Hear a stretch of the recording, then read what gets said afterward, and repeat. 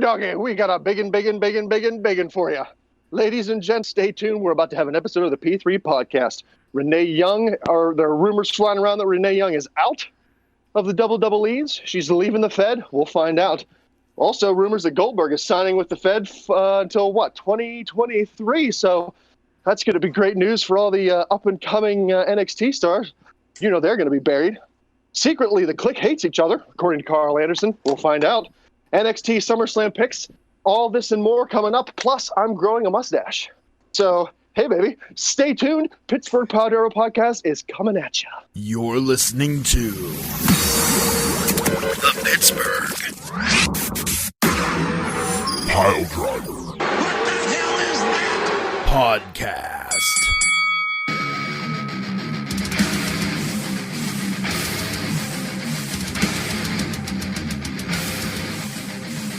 It's a Pittsburgh Piledriver podcast. Strap in for a big, dumb 2 hours full of big, dumb nonsense because we've got a lot of big, dumb stuff to talk about. We're not going to go into anything right now, and this isn't going to drag out for long because, damn it all, we have a lot to talk about. So, sponsors, you can suck it. You'll be at the end. You're not now. You're not as important. Where's my money? Beef the Legend, Hoop the Bard, the best damn cruiserweight champ, mad champ there ever was, Alec Ransom. Tiger Mom Tom, he's out. Maybe he'll come in for a little bit later on. Maybe he won't. Maybe he'll play his video games. Maybe he'll just set up his tripod and freak out his neighbors. It's hard to say. But in any case, welcome to the Pittsburgh Piledriver podcast. It's going to be redonkulous. We've got a shit ton to talk about. Let's get to it. Hey, guys, don't we have picks?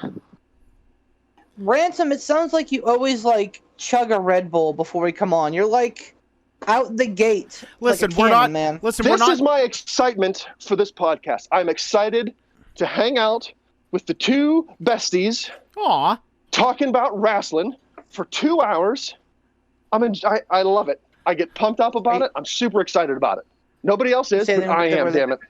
Are you saying that we're the three best friends that anyone could have? We're the three best friends that anyone could have. We're the three best friends that anyone could have. Poot's like a wind-up toy. I just start a phrase that's like a song, and I know he picks it up and just runs with it. Yo, you can't talk about, say the title of, or mention lyrics of a song around a bard and not expect them to break into song. That's their nature. That's absolutely. How they're wired. There's a reason they call me the bard. I feel like that's on. Exactly. I feel like that's on you, Beef. You should know better. You know Poot longer than I do, and I know that. So, it was 100% a setup. It was 100% a setup. Set you up with a swift kick to the dingleberries. Dude. Hey, speaking of dingleberries, let's do some picks, dingleberries. Let's get these sons of bitches out of the way. Let's pingle talk some wrestling. We're locked and loaded here, gents. Wait, hold on. We're ready to roll. Oh, wait a minute. Jesus. Hold on. Wait. Here. There we go. I'm ready to go. Sunstar Sarsaparilla. What did you do, Poot? I just opened a Sunstar Sarsaparilla. Build mass with SAS. Let's start with NXT 30. Looks like a pretty good card on paper, Jess. We'll see how it actually wiggles out. Right? Did you say wiggles? Wiggles, yes, sir. How it shakes out?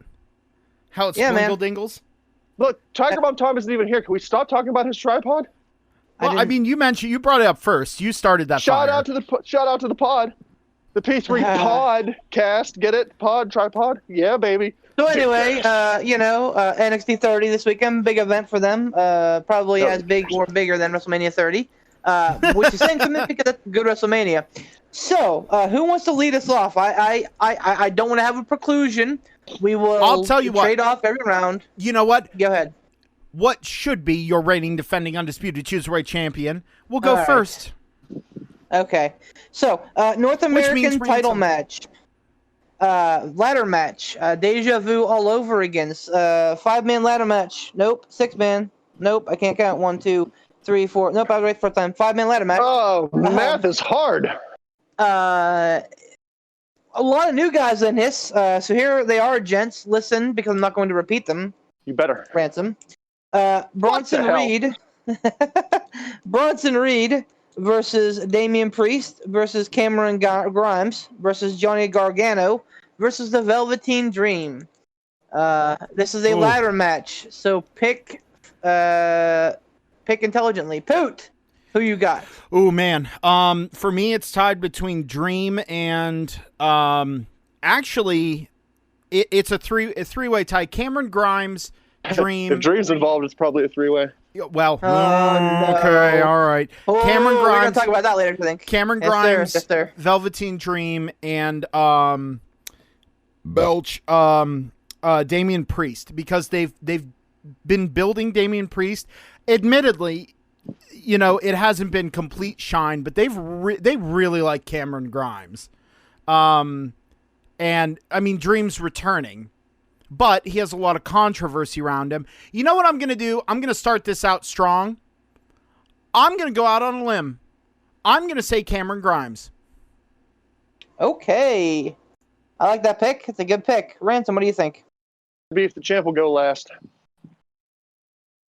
Okay. Doesn't work that way. I mean, Yeah, I don't- it does. I know, and no one's the champ, so you better go. Yeah, it's me.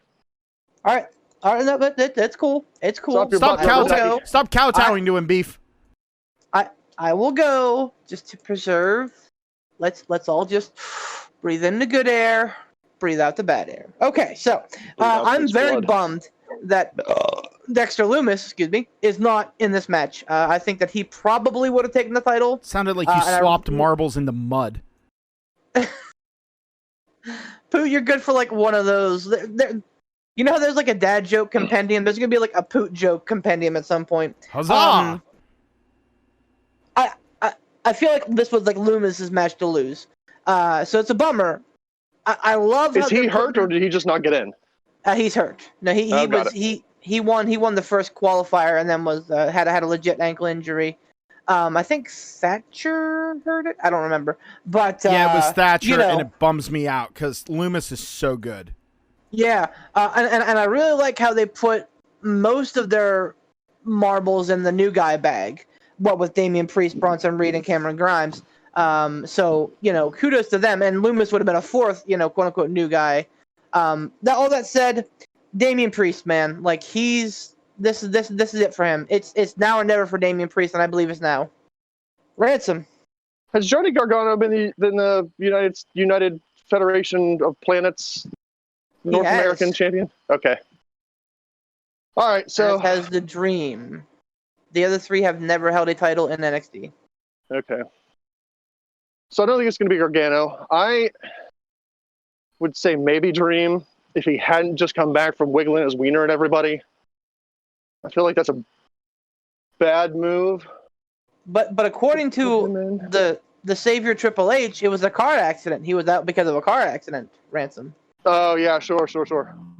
Just like Randy Orton goes on vacation every time he gets busted for medical things. He's not out on a Potter. wellness policy violation. Pot or steroids or pooping in people's Yeah. bags, whatever. He's just on vacation. He's just having some time to himself, spending time with the family. Yeah, real wholesome. Yeah, right. He's a whole. I'm Right? gonna say Damian Priest as well because I think Cameron maybe. It's a toss up for me between those two. To me, I think Grimes is I could see it being Grimes, but Grimes is like the perfect fall guy. Like he's the guy that shows up, shoots his mouth off, and gets popped in the mouth every week, and it's entertaining as hell. Yeah, I suppose that's true. I mean, they Don't could sleep make on a the gimmick big out of guy. that. Don't sleep on the big guy. Bronson Reed at least has a puncher's chance here. I expect him to do something absolutely fucking insane with his giant fucking Godzilla body. So it should be a blast to watch for sure. So you're going with he's gonna. Priest? I'm gonna go with Priest. Okay. But I agree. I think Bronson Reed's gonna do something nutso futso in this match. And I know we need to move on. We got a lot to talk about, but the reason that I'm picking Cameron Grimes over the Archer of Infamy is because Rick Grimes. Rick Grimes. The reason I'm picking him over it is because I feel like Carl. because of how they've Stopping been things. doing things with him. Cameron. Dream. I feel like the way they've been booking him, like you said, he comes out, he gets punched in the mouth, or he sneaks away with a victory. It's kind of giving him that underdoggy feel, and I feel like he'll just sneak away with that belt. I do love the cave-in, and the cave-in's right. one of those moves that can literally come out of nowhere. So yeah, man. I think any of these guys believably could have this reign, which is why NXT is so much better than the main roster. Because you look at any of these matches and you go, they booked them right. They booked them right. Yeah. Yep. Imagine Speaking of- that. Hey, Speaking wait, of before we move on to the next, go ahead. hang on. I don't know if we settled this last time, but I think we need to make a clear-cut decision here and now on this. When we choose these picks, are they open to change until the airing of the match? Or are they locked in when we pick them? Are they locked in at the end of the podcast? We need to set some rules here for this fake-ass title of ours. Locked in. Here's my opinion. Locked in once we move on. That's what I say. Hard line. I think we should lock in at the end of picks. So like once everybody has made picks, if you have anything burning that you want to change, you can do it. I see Pooch's point about hardline, but at the same time, we could be in a situation where at the end we have two people tied with fuck all matches. So you're saying you're saying last call for alcohol at the end. Exactly. Of picks. Okay. Exactly. I'm okay with that. I'll take that. I can get behind that. That's a good idea. All Way right. to go, Beef. Yep. Okay. Good job. All right. Okay. So toss-ups. Speaking of toss-ups, a really great women's match I think we're going to see is going to be Io Shirai versus Dakota Kai for the NXT Women's title. Io Shirai in her third or fourth defense. Kind of hard to take the title off her at this point. She's had a couple, but it's not a strong reign yet. And even though I think Dakota Kai is a worthy adversary, and it wouldn't surprise me if she got the belt at some point, I believe that it's still Io's time to shine. So I am in the Io camp there. Ransom. I'm going to say Io Shirai as well because I feel like NXT does a really good job of building up their women's titles. Oh, you know what? Take that back. Scratch that. I think all titles. They don't seem to hot potato titles on NXT as much as they do on Raw and SmackDown or the main event pay-per-view, whatever. It seems like they get some longevity out of their champions. So I'm going to stick with her. That's my rationale. Poochki. I really think they need to not hot potato that belt and give Io Shirai her time because, man, this heel Io Shirai still just constantly makes me go, this is the right move. It fits her, and she needs a really decent title reign. I'm going to go with Io Shirai as well. To be clear, I don't think she's a heel anymore because Dakota. So they're in a weird place right now. The darker look, the aesthetic more so. Right. Is what I meant. Okay, gotcha. So it's like the darker character. This is a weird event, a weird weekend because there are potentially 3-4 heel versus heel matchups throughout the whole weekend. So it could be interesting for sure. So we're going Io across the board there. Ransom, you got first pick on this, and something I'm very excited about now. Adam Cole versus Pat McAfee. Oh, damn. We did talk about this last cast. They had a great verbal sparring on NXT last night, and I thought Pat knocked it out of the field, man. I thought he did stellar. Yeah. So, I don't know. This is a toss-up for me because I think it all comes down to what's next. Because I don't know if this is going to be a one-off or what. Oh, hell. I'm going to say that they give it to Pat McAfee. Okay. Interesting. Who?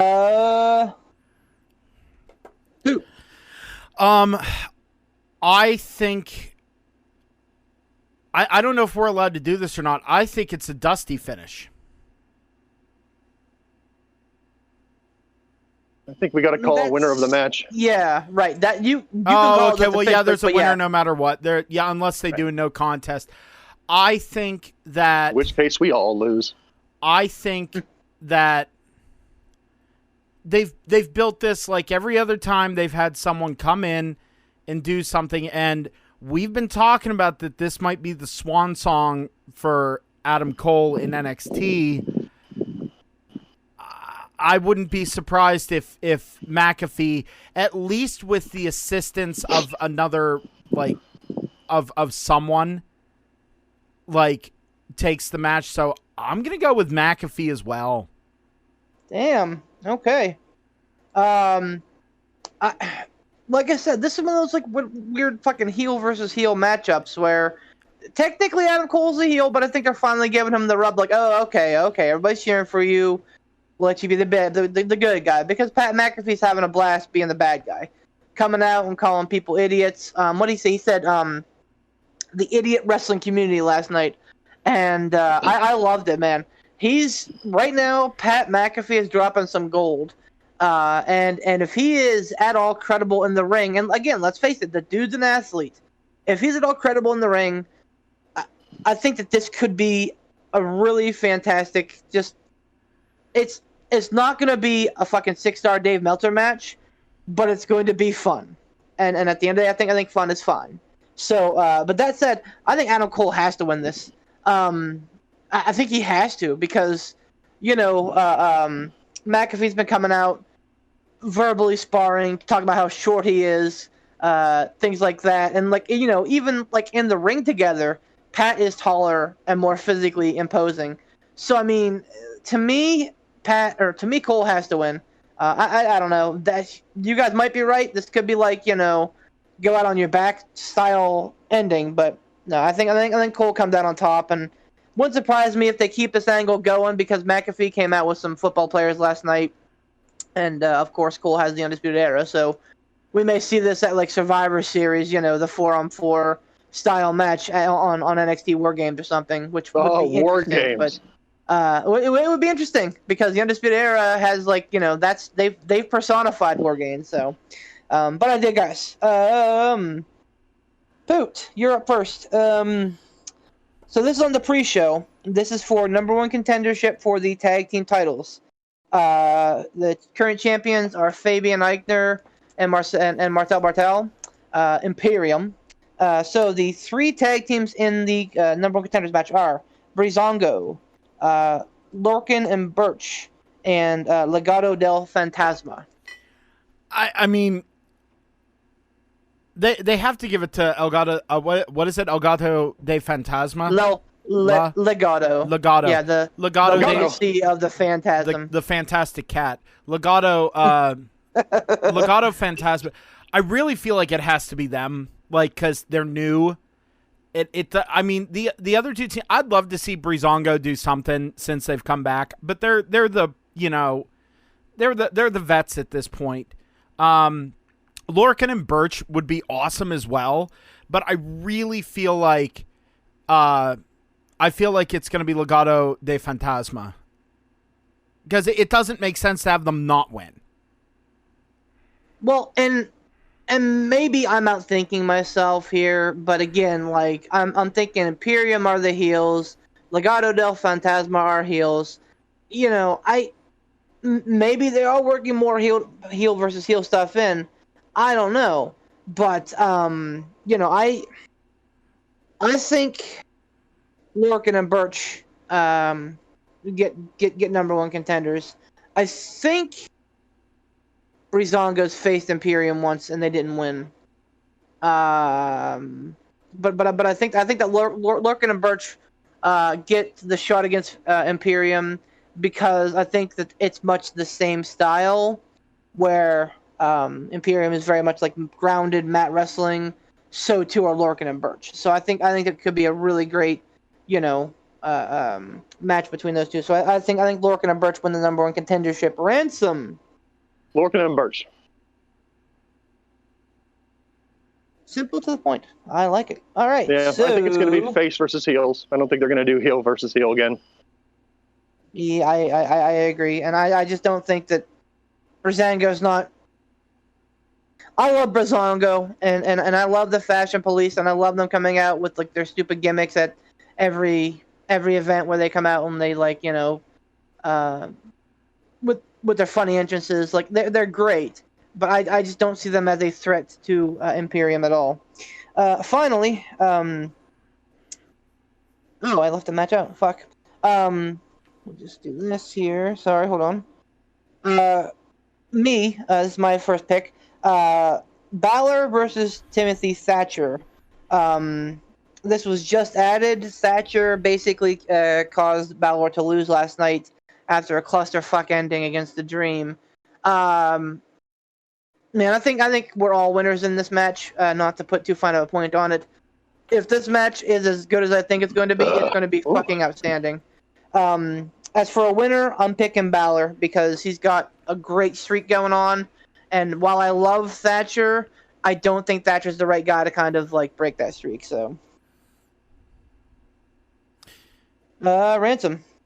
Pretty much for the same reasons that you called out. I'm going to go with Balor as well.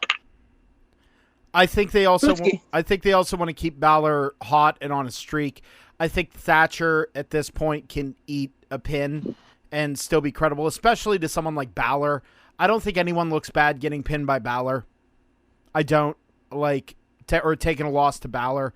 And also Thatcher stood tall, so I'm going to go with Balor. And in the main event, we have the NXT title up for grabs in a surprisingly personal and deep-seated feud. Karrion Kross versus Keith Lee. Ransom, you got first on this. I think Kross is going to take it. I unfortunately think that he's got such a house of fire right now, and that's not unfortunate. I think the unfortunate part is I think Keith Lee is a transitional champion. So I think he's going to end up dropping the title to Kross. Poot? It breaks my heart to agree with Ransom, but like Keith Lee, he deserves so much better. And I think it was just if Kross hadn't debuted when he did, I think Keith Lee would have a much longer reign. And you know, the thing with Kross, if you're going to put the belt on him now, like this soon, this quick, he's going to have to hold that belt for an age and a half, because once he loses that belt, whoever beats him, I mean, is going to be made. And then also, what do you do with Kross after that? Like, what do? You send him to the main roster where he'll get ruined. But I don't know if he'll get ruined on the. I mean, I don't know if. Let me make my pick. I think it's going to be Karrion Kross, because if the only way I think Kross is not walking away with that belt is if he gets disqualified because he won't let Keith Lee out of his submission. I really do. I think that's the only way that Keith Lee is walking away with that belt and the victory is if Kross gets disqualified. And on one hand, Kross getting disqualified, he'd be like, that belt doesn't matter to me. What matters to me is the end and doing all the apocalyptic stuff. You know what I mean? But that doesn't make sense either. Like, really? Because then you're like, well, it's inevitable you're going to get that belt anyway. So I'm going to go with Kross just because it kind of is like, I mean, it just makes sense. This is the first time that I really feel like NXT has booked themselves into a corner. And maybe I'm wrong. Maybe I'm just like looking back on it with rose-colored glasses. But either way is great, but is also terrible. Like, I love Keith Lee. You guys know I love Keith Lee. There's no way he should lose. There's no way he should lose right now. No, At the same time, I'm a huge Karrion Kross fan. I have the minute that Kross hit my set, him and Scarlett came out, I was like, I'm fucking sold. I went on the NXT shop and I bought a fucking Karrion Kross shirt that fucking night. So, like, he has it right now. Just saying his Killer Kross merch was way better. Way better. I don't doubt it. But, and I do want to have a small sticking point here. I think he's going to go to the main roster and be absolutely fantastic because he's got what Vince wants. He's a decent sized dude. He's got a blonde bombshell manager. Like, he's got a great look. He's got a great attitude. He's got a great in-ring presence. Like, literally they would have to piss the bed to mess up Karrion Kross, kind of like Impact did. Anyway, Oh, so I was very sorry. Go on. Oh, I was very, very much in the camp of Karrion Kross here, but as you guys were talking, Killian. something crossed my mind. Damn it. Adam Cole got me, baby. We haven't seen Tommaso Ciampa since Cross took him out at In Your House. It would not shock me if Ciampa came out and distracted him somehow. Being real, I would love it if he came out and he floored Scarlett. If he came out with a crutch or a chair or whatever and just knocked her the hell out. Like, oh man. And again, like, I think that would be something that would really torch the angle between those two. It would bring back Ciampa's psycho killer attitude versus Cross's just fucking killer attitude. That's fantasy booking. The only thing is, they don't, like, NXT, for the most part, does not send fans home unhappy. For the most part, most title matches at the end of shows are a resolution. If there's going to be some Especially- chicanery, it's usually after the match. Exactly. The only exception is whenever Ciampa beat Gargano at Ciampa and Gargano 2, and everyone was like, "What the fuck just happened?" Now looking back, we can all appreciate a little bit more, I think. But like at the time, everyone was like, "Huh? All right." So I don't see them rolling a dusty finish here, and if I'm being honest, I think that Karrion Kross is going to take it. It would not surprise me if Lee got the title back from him in short order, like at War Games or beyond there, and if they kind of trade the title back and forth a little bit, or if down the line what I said happens where Ciampa gets involved. But I think right now the money's on Kross, so I think we'll go Kross across the board there. Yeah, I mean. There and the thing is with Kross, there's just so much you can do with him, and he's his promos are so good. Like the way that they put the rocket on his back, they have to follow through. Keith Lee can eat a pin here. I don't think Karrion Kross can. Right. That's what it comes down to. All right, so that's NXT 30 Saturday night, preceded by. AEW Saturday night, by the way, special showing of AEW. So, although it comes on at the same time as the pre-show at 6 o'clock, so unless you're dual screening, you're going to be missing a little bit. But still big night of action on Saturday night. Sunday is the biggest party of the summer, SummerSlam. And we will start with Ransom on this one. Yes. So Street Profits versus Andrade and Garza in the Days of Our Lives match.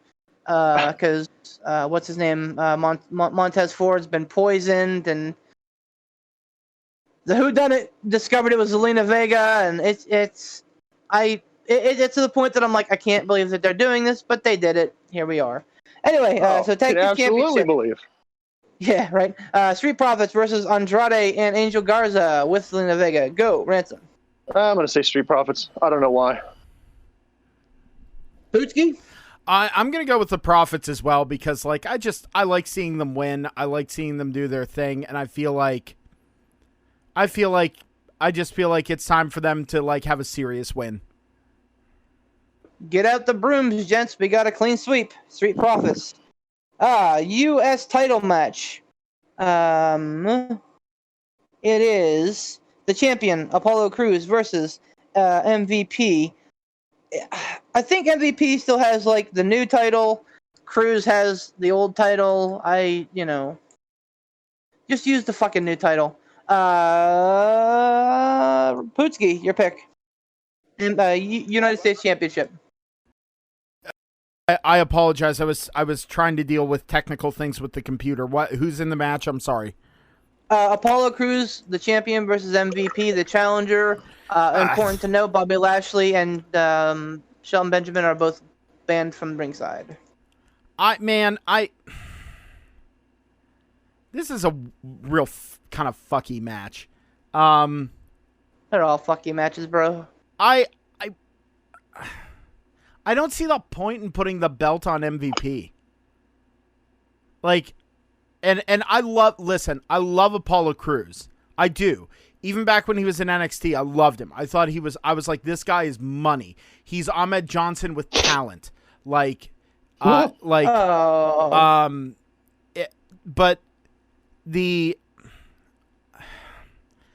I could see them doing something screwy and putting the belt on MVP though.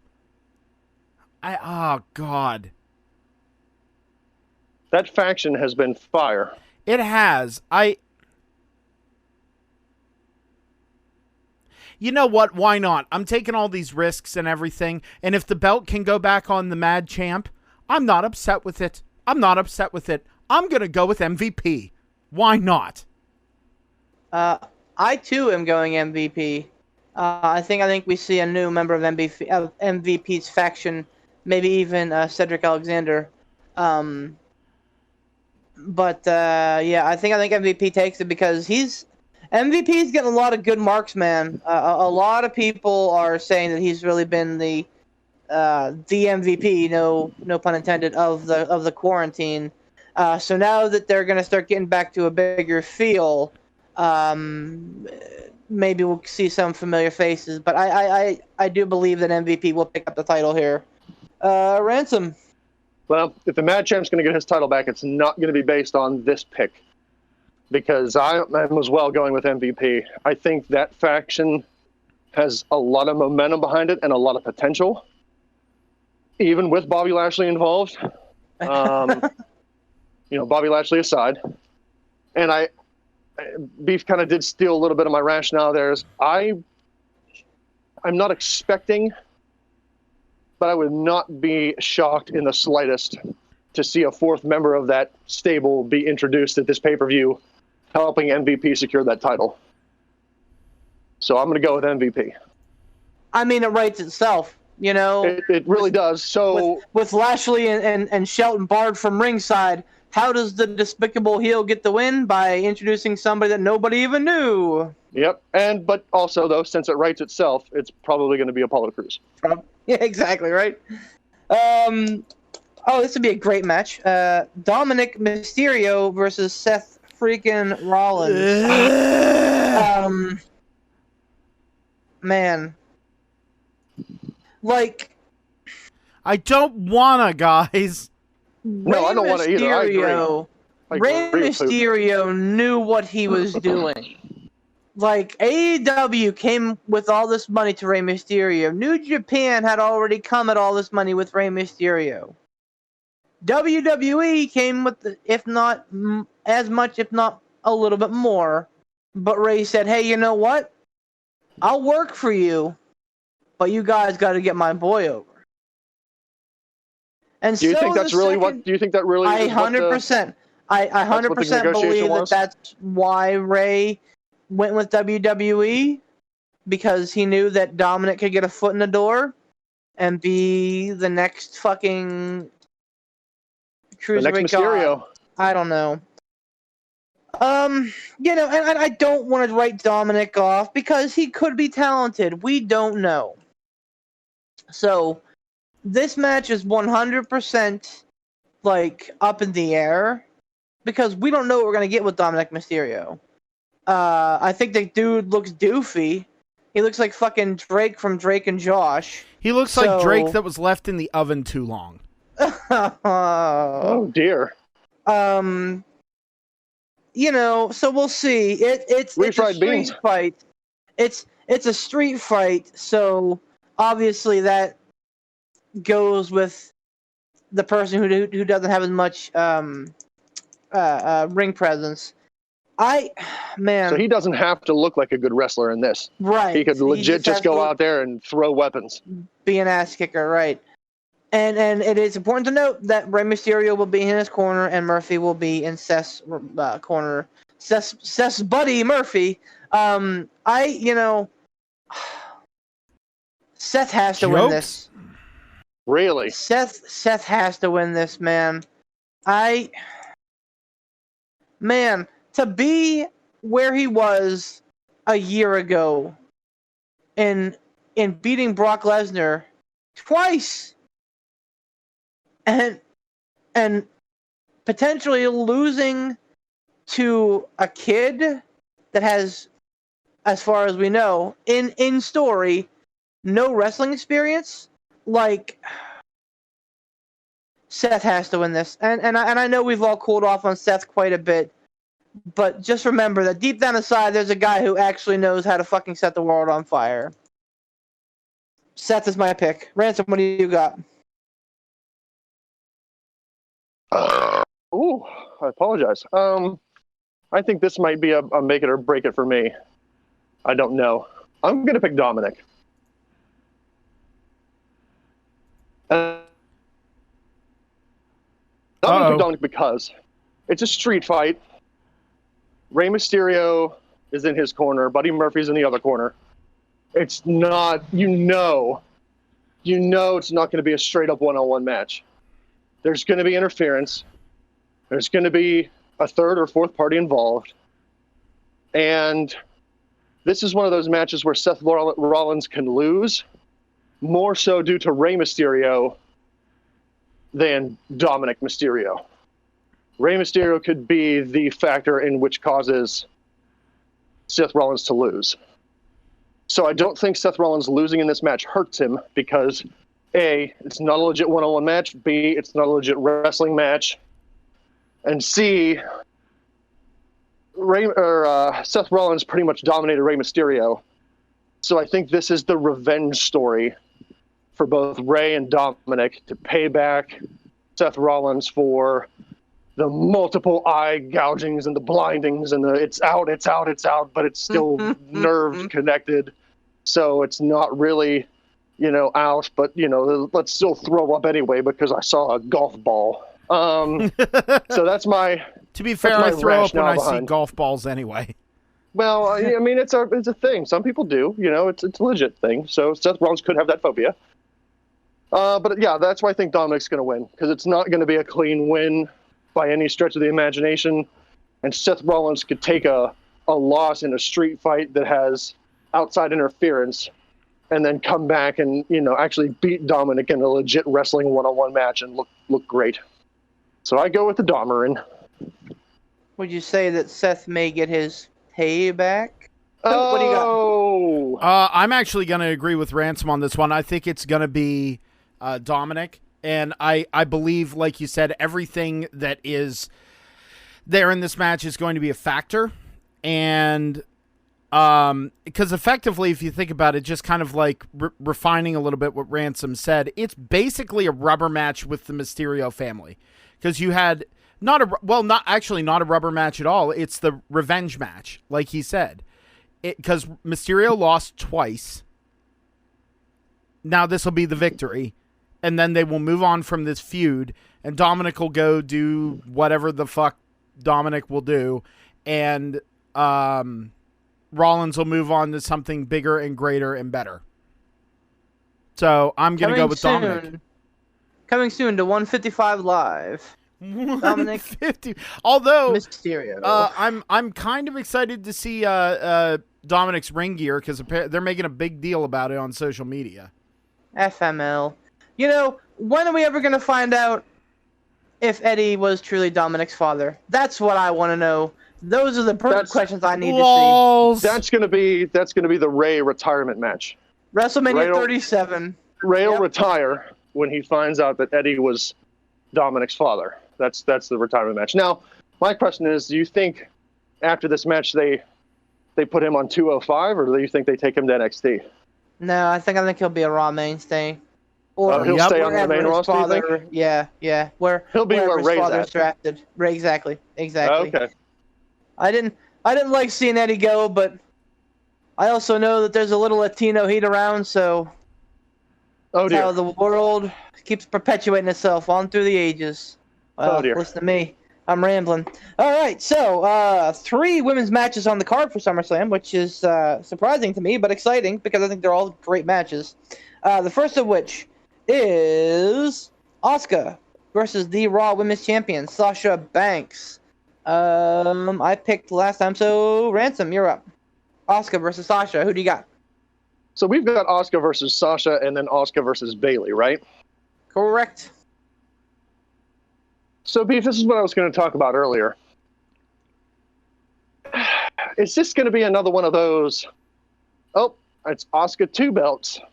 How many of these 2-belt women champions are we going to get?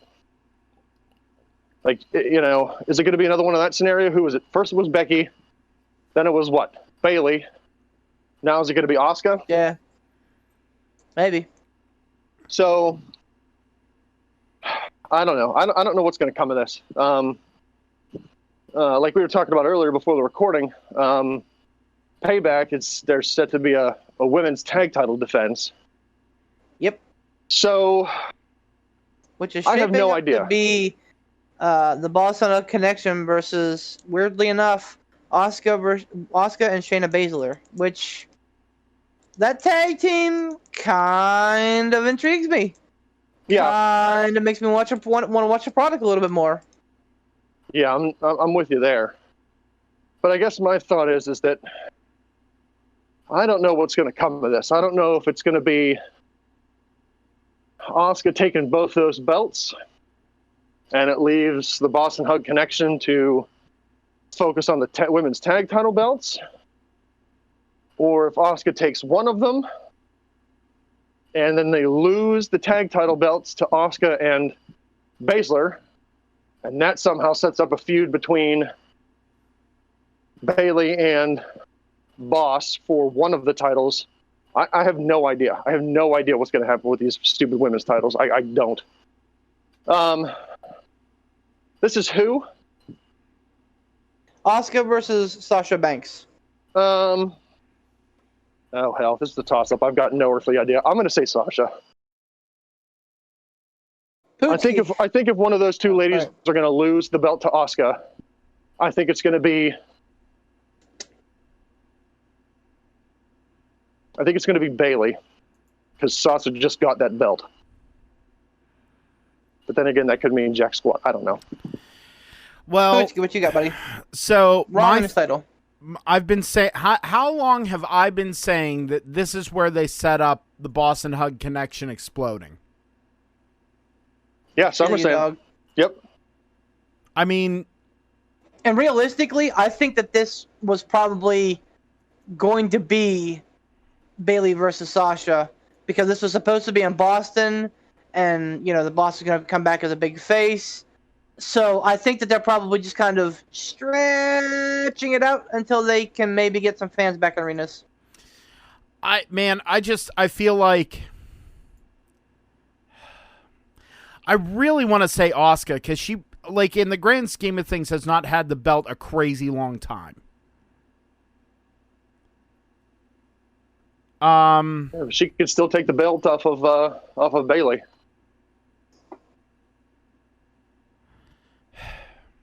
Like, I think I'm on the same wavelength as you, Poot. Like, I think Asuka deserves a belt and she's going to hold it for a while. But I guess my rationale was that she's going to take it off of Bayley because Bayley has had that title longer. Yeah, but Sasha just got that belt back. There's more money in the Sasha Bayley feud than there is in an Asuka Sasha feud or whatever. You know what I mean? Well, right. That's why. I guess my line of thinking is that's why Sasha retains this one. Bayley loses to Asuka, and then somehow there's some sort of feud between Bayley and Sasha, because I think it's going to boil down to the title means more to Bayley than their friendship, and that's the breakup. Oh, so we have the same kind of idea. It's just both belts aren't in play. Right. Oh, okay. See, like, that's the thing, is I thought it was like belt versus belt at, whatever. Beltomania. Yeah, Beltomania, the beltoning. The strappening. I guess AKA Night of Championing. Night of Champions is kind of Beltomania, so Yeah, like, and I think that would give a little bit of heat to the. Well, I don't know, man. This is hard. Right? That's what she said. You know what? Tiger Mom's on here. Just so we're not across the board on stuff, I'll say Asuka. Because I'm not gonna lie. This one, legitimately, I want to say Sasha Banks, but I'm gonna say Asuka just so that we're not across the board, because we've had a couple that we're across the board on.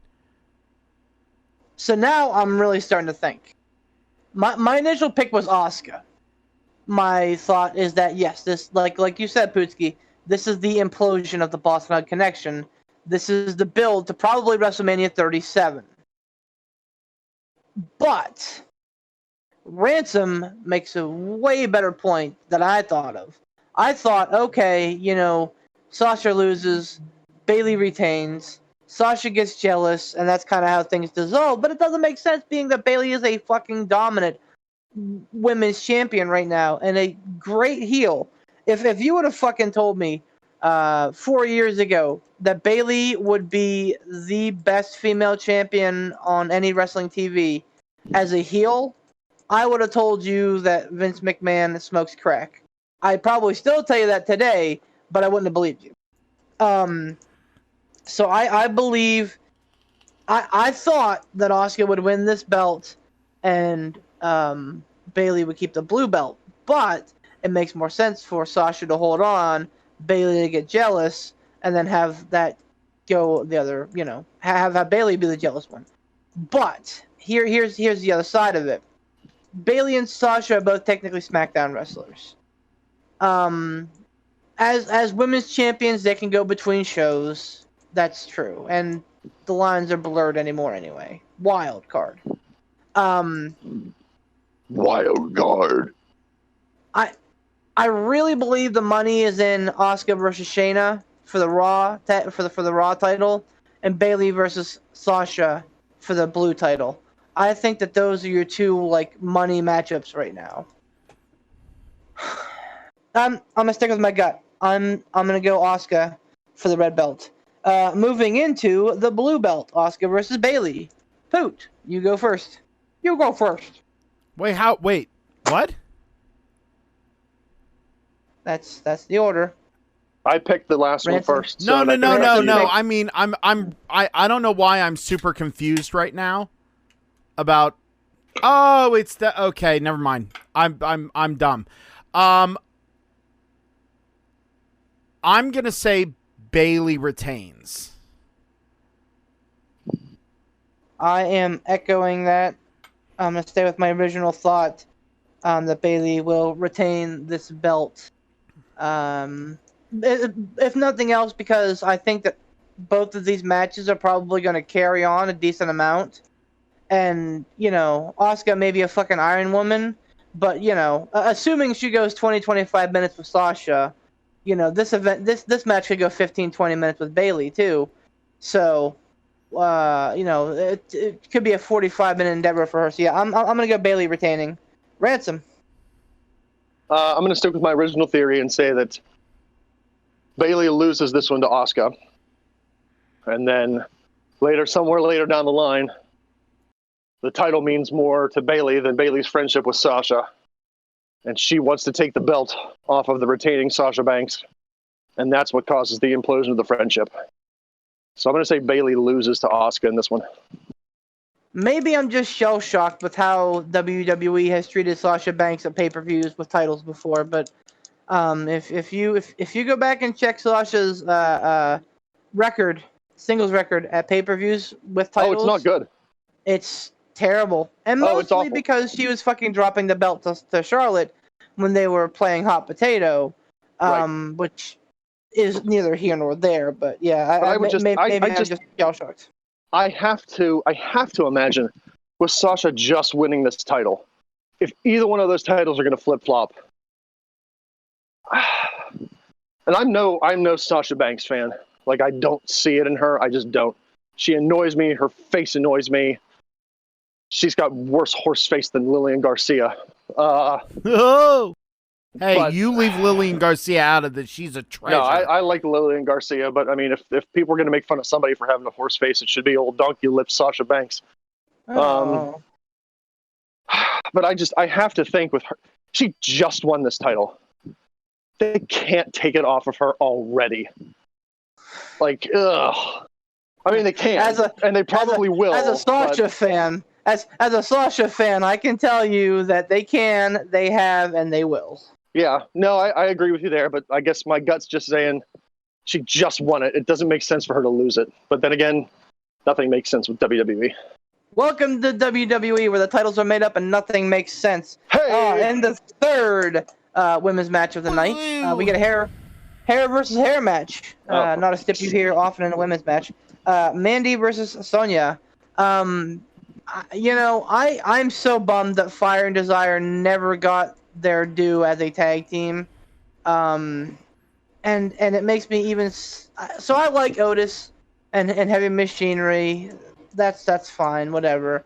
But it makes me sad that like they had to get Otis a sideshow act. Let's call it what it is. A sideshow act involved in what would have been a really good program otherwise. Kudos to fucking Sonya, by the way, for fucking like soldiering on after the fucking like kidnap attempt or whatever the fuck that she was dealing with and the home invasion and shit from the stalker. That shit's fucking bananas to me. But hey, wrestling fans, am I right? Oh yeah. Yep. Being that Sonya has already taken some of Mandy's locks, I am going to pick Mandy to win. So I think Mandy wins this match and Sonya gets clipped. Ransom. If there's anyone, and I think officially my official unofficial pick is that there's a third entrant in this match and it's Molly Holly and she loses. Oh no! But fucking Serena Deeb comes up off the sidelines and be like, "Yeah, I totally volunteer to have my head shaved for a fucking 2-week run for the company." Yeah. Oh. So I think if there's anybody that is going to be able to rock the bald woman look, it's going to be Sonya Deville. I don't see that making a whole lot of sense in shaving Mandy Rose's head. So I'm going to say that Mandy Rose wins. Sonya gets shaved. Kutsky? That's a clean sweep, boys. I'm also going to go with Mandy Rose on this one. Mandy Rose. Yep. I feel like Sonya Deville could pull off the shaved head look way better. And she, going to go with that. What if Mandy loses, has to shave her head, and this is the heel turn we've been waiting for, except for it's not going to be Mandy turning heel, it's going to be Otis turning heel. When he sees Mandy shaved bald, he's going to go, "Oh, you're not attractive at all anymore." I feel like in 2020, if this was 1999, how fucking sure. great would that be? Sure. In 1999, that would fly, but not in 2020, cowboy. Yeah, no, Well, but we also know that Vince is about as far away from the pulse of anything, except for maybe his own every couple of minutes. I'm sure he feels a pulse. So he has been tone deaf at times. So no. I wouldn't put it past him. I'm just saying it would be funny. So this match is not officially on the wiki, but AJ Styles has basically confirmed it, so it's going to happen. AJ Styles versus we go Jeff by Hardy. the wiki. We go by the wiki. That's what I was told. So here's the thing. I think we should pick AJ Styles versus Jeff Hardy because it's going to be added. Now. I could be wrong. Suddenly. And if I'm wrong, nothing happens. Oh, suddenly now we But if I'm don't right, trust the wiki so much. But before, oh yeah, the wiki was live or die by the wiki. Oh sure, yeah. I'm just busting your balls. There would make no sense for AJ Styles not to have a match at SummerSlam. That wouldn't make any sense. So just busting Styles, balls. All good. Styles versus Hardy, Intercontinental title. Ransom. I don't know. I think Jeff Hardy's had his time, honestly. But then again, for some reason, Jeff Hardy frickin' prints money when he's not in jail or arrested. Or driving drunk, putting people at risk, whatever. Yeah, that's another thing. Like, you can get your money out of this match having him in it, but I mean, he legit could win this Intercontinental title, get sloshed, and then just go for a joyride. Suddenly now he's in trouble with the law again. Come on, You have to join the strip him of the title. joyride. I don't know. I'm gonna say Hardy AJ. involved. No, there's a drunk Hardy involved. Matt, Yeah, I'm gonna say AJ from AJ you. on this. Matt pokes his head in the door and goes, "My turn." No, Matt, go away. Oh, no! Oh, okay. Oh, Pootsky. Dude, fucking, Good talk. man, I'm gonna go with AJ Styles. I'm right there with Poot in that one. I feel Right like there with there's him. just no reason to like. Jeff Hardy's great, but I mean, you gotta like it. I'm sorry.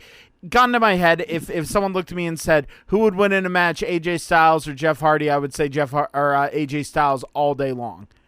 Like, I would say AJ Styles all day long. I'm going with AJ Styles.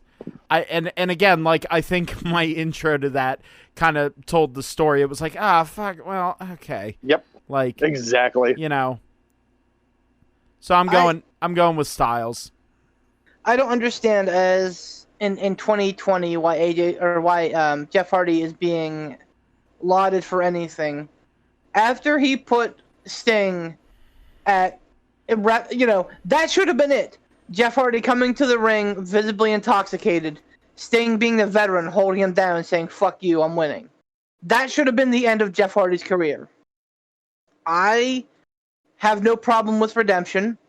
And honestly, on the podcast, I'm probably the one who would give a second, third, fourth, fifth chance because I believe that people can change. But man, when you have an 8-time loser like Jeff Hardy, who was fired because of his offenses, showed up in TNA worse than ever, came to the ring drunk, has been back to WWE, and has since had other issues. Yep. Where the fuck do we draw the line? How many strikes do you get as Jeff Hardy? Because you're at least in the 20s. This is insane. I've never seen somebody. And he keeps like this. What's going on with Velveteen Dream is very much similar. Oh, Velvet In Tween this- Dream. You Velvet got to that Tween joke Dream. before I could. Yucca, yucca, yucca. Yaka. I'm Another picking AJ Ransom Styles, shirt. Print it. I'm picking AJ Styles here because fuck you, that's why. Like, why in the world would you have Jeff Hardy win? I think Sheamus would have been a better pick here.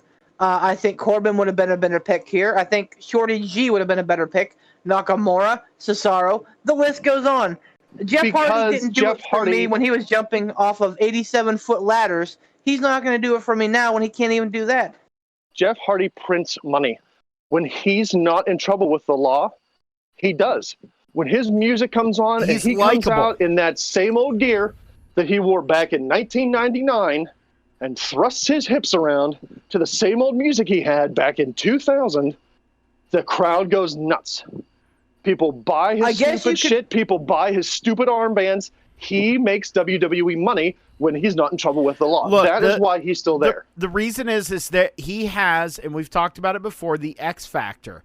There is something, dude. There is part of me that's still, when Jeff Hardy comes out, you hear that, you hear that music, and he comes out with the face paint and the black lights and everything. Part of me goes like, yes, and then I go, it's not 1999. Yeah, I don't get excited. I just, he has that likability factor no matter what he does. Whenever it's on TV and in that bubble, he has that just likability factor. I don't know what it is. I guess you could make a similar comparison to, a CM Punk, who I'm a giant mark for and would mark out to the moon if he did anything. When he gets out of his own way, he is an absolute fucking top dog. Oh, yeah. But how often does he get out of his own way? Well, not very often, to be fair. But, I honestly think it harkens back to the Vince McMahon mindset of business. It doesn't matter what you have done to Vince McMahon. It doesn't matter what you've done to WWE. It doesn't matter what you've done to unless the law you bang of this country. unless you're Macho Man and you rail the boss's daughter. That's the only thing. He even brought the Macho Man back. Right before Macho died, he did that commercial for All Stars. And he put him in the Hall of Fame. So that's the thing. Like, that's Vince McMahon money-making 101. It doesn't matter what you've done, to whom, if you can make me money, all is forgiven. That's why Jeff Hardy is still there, and that's why Jeff Hardy is in this title match right now, because he'll make Vince McMahon money, and Vince McMahon doesn't give a shit what Jeff Hardy does. Jeff Hardy could get drunk and kill a family, mother, father, 3 children, flat dead in an instant. As soon as he's out of jail, wham, he's back in the WWE, because he's going to make Vince McMahon money, guaranteed. Yep. We're going off the... You're up for the next... All right. Yeah, we're back in. You're up for the next pick. I'm gonna let you decide what match we pick first. Would you rather select first for Mac versus Orton or Fiend versus Strowman? Ooh. Fiend Strowman. Let's do Fiend Strowman. Okay. So your pick. Who do you got? Fiend versus Strowman for the Universal title. The Fiend.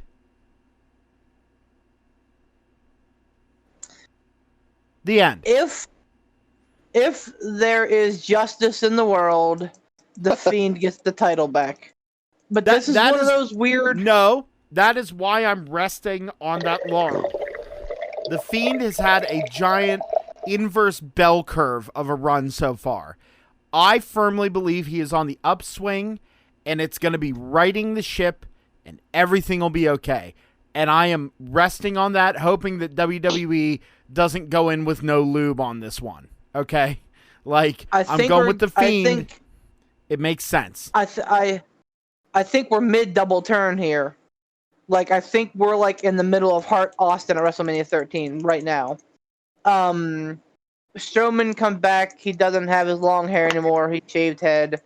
He like gorilla press slams Alexa Bliss to show that he doesn't really care about her, which was a great ending to SmackDown, by the way. I'm gonna start watching SmackDown. I think I'm gonna start watching SmackDown.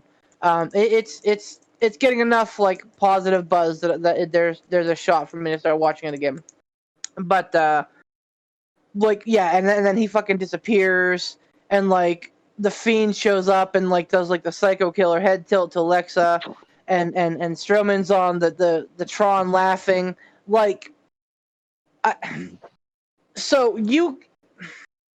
I'm picking the Fiend, but I think they're wandering down a dangerous road with potentially making the Fiend like an anti-hero, which is realistically what he's doing, but I don't think that WWE needs to be marketing him as such. Ransom.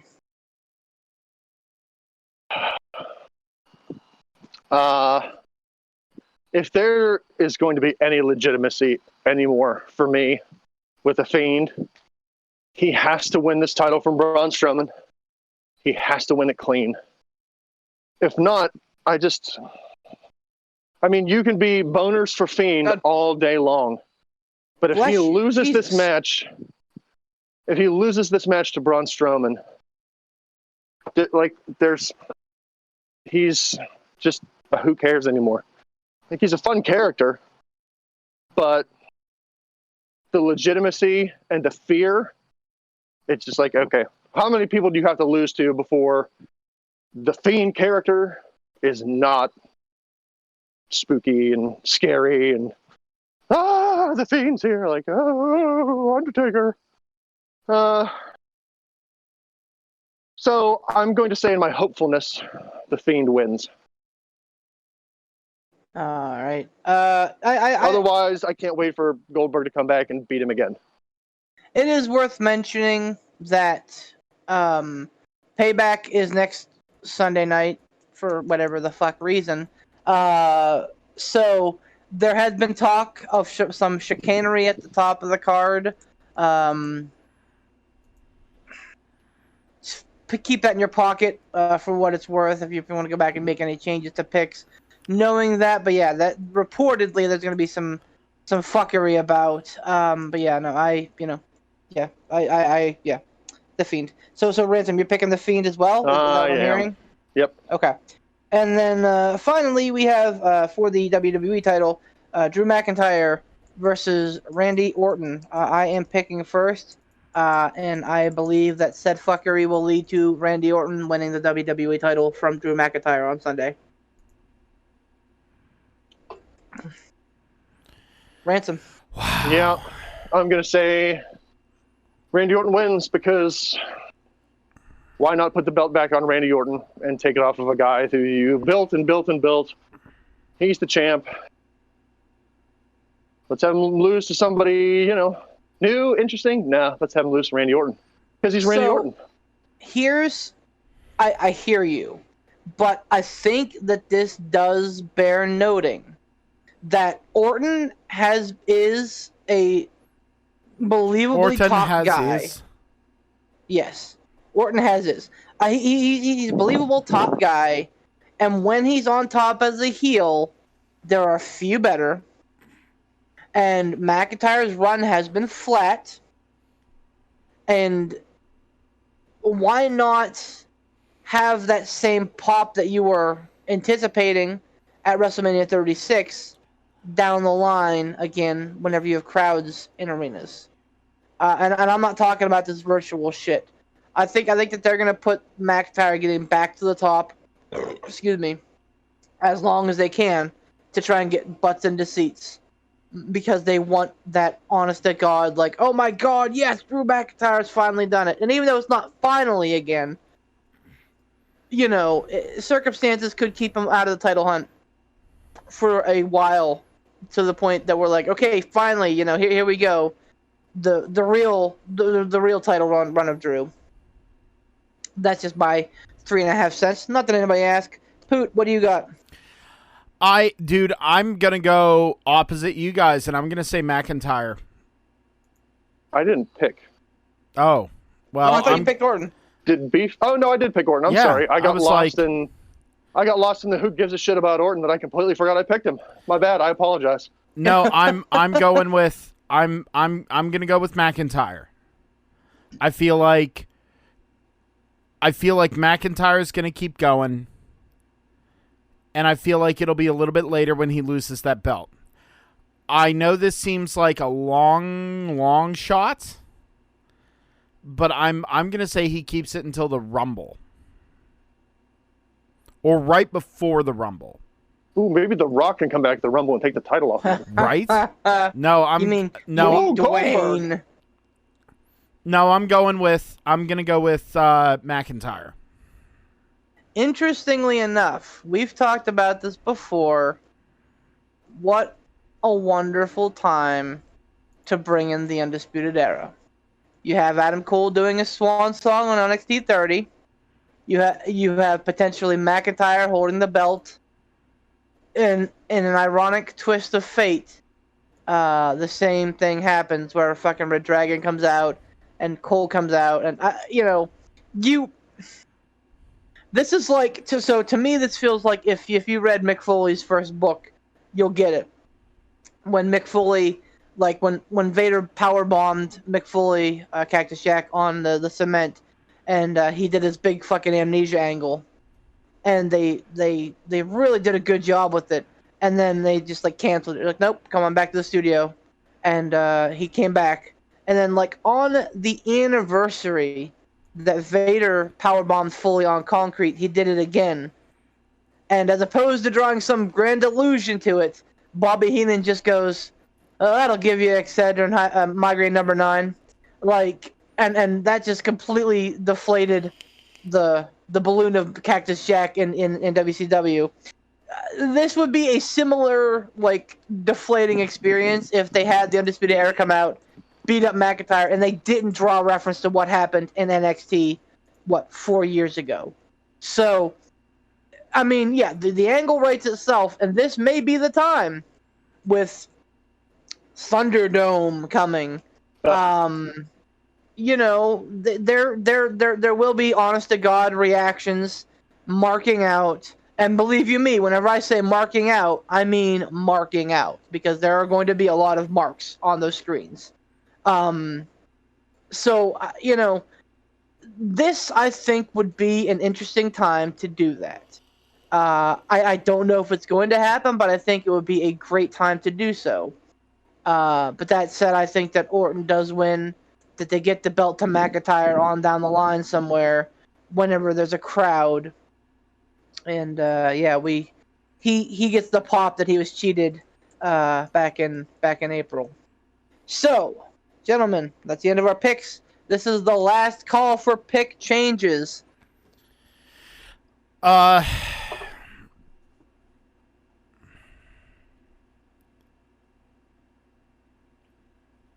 good, honestly. I really do. I'm good. I am going to take advantage of this and change from Seth to Dominic. You guys have swayed me.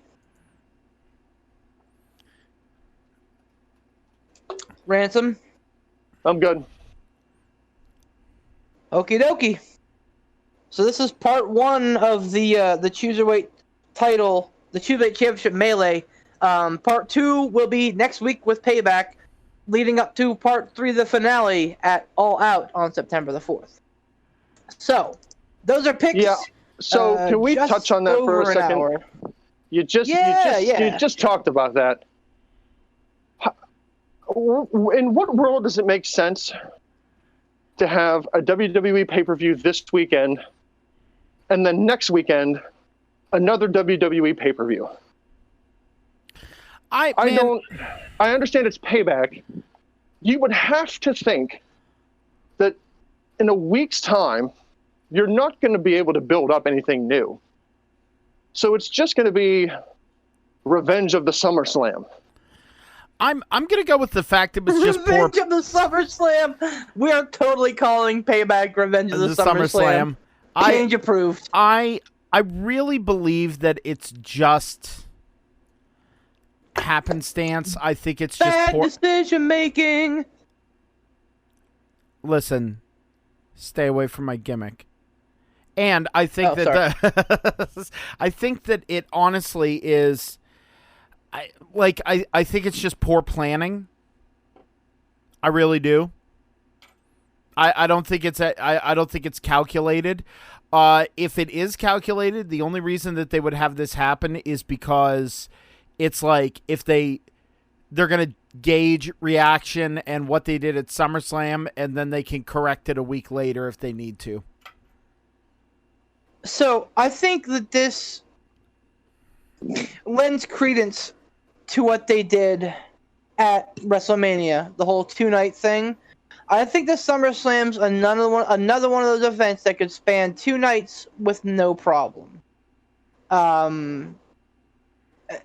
So to me, this is basically night 2 of SummerSlam, if they book it that way. Which, who fucking knows? Because again, it's a week apart. You have no time to build any new stories. You have no time to fill any, number 1 contender vacancies. You have no time. Unless we see McIntyre versus Orton again, and The Fiend versus Strowman again, and Dominic versus Seth in a wrestling match, MVP versus Cruz again. You can't. There's nowhere to go with it. What do you do? That's what I'm saying. It's either going to be a repeat of SummerSlam, a bunch of SummerSlam rematch matches, or it's just going to be a bunch of random-ass matches thrown together for no rhyme or reason. It'll be like a pay-per-view event of a Monday Night Raw or a SmackDown. Bunch of random matches that don't mean jack crap, just thrown together because, hey, we have to have a pay-per-view, so we've got to put people in the ring with each other. Which is really what they were kind of doing with the, not recently, but I guess prior to COVID, and really when they were kind of still dabbling in the brand individuality pay-per-views and things. We got a lot of that. A lot of poor planning, and then the week of the event, they're like, oh shit, we need matches. Go! Yeah, I think it's no accident that the name of the event is Payback. I think that we will see some shifty finishes at SummerSlam. Sorry, go ahead. Is it because Payback's a bitch? Motherfucker. Yes. I think that we will see, same as whenever Backlash first came about, It was the backlash from WrestleMania. Payback, I think, will be the same vein. Like, I think that I think MVP wins in a shifty match. I think that the whole Sasha and Bailey thing comes to a head then. I think that Mandy versus Sonya Deville have another match. Wouldn't shock me to see either Mac and Orton or the Phoenix Roman or both have another match. Same with Styles and Hardy. So I think that this is basically built for, like, you know, SummerSlam 2 Electric Summerloo. The Electric Summerler. Even SummerSlam 2, even summerier. Even summerier, even though it's almost in September, but even summerier. Yeah, and I mean, like, this Even was slammier. Well, whatever happened Revenge to of the Slammies? SummerSlam, even slammier. Whatever happened to the Slammies? Oh, they bring them out whenever, when they need an angle for when they trot it out, just like King of the Ring. Whenever it's convenient for them, they trot it out. Yeah, I mean, and like, Payback wasn't, as far as I know, wasn't on the schedule, like, pre-quarantine. So, like, somebody made a decision. It probably has more to do with this whole with this whole Thunderdome thing than what many of us are thinking of. They're like, hey, let's get another event out there right Beef, where'd you go? away. There you are. So let's talk about Thunderdome. Hello. All right, Yes, yeah, you're you're there. here. You're there. You're there. Okay, let's talk about Thunderdome because I'm interested to hear what you fellers think. I'm excited Like Sheamus, for but it. redneck.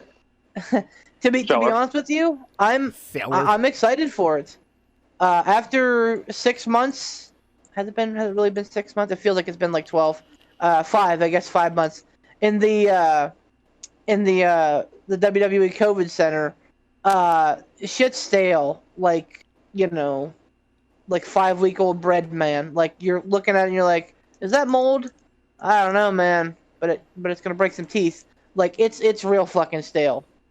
I think a change of venue could be interesting, giving them a chance to do some pretty unique things.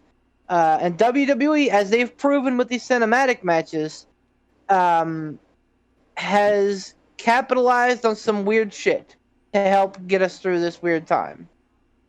So, like, they're talking about, sports have done it now. I think the NBA has done it where they're bringing in, like, video boards and people can, like, FaceTime in and,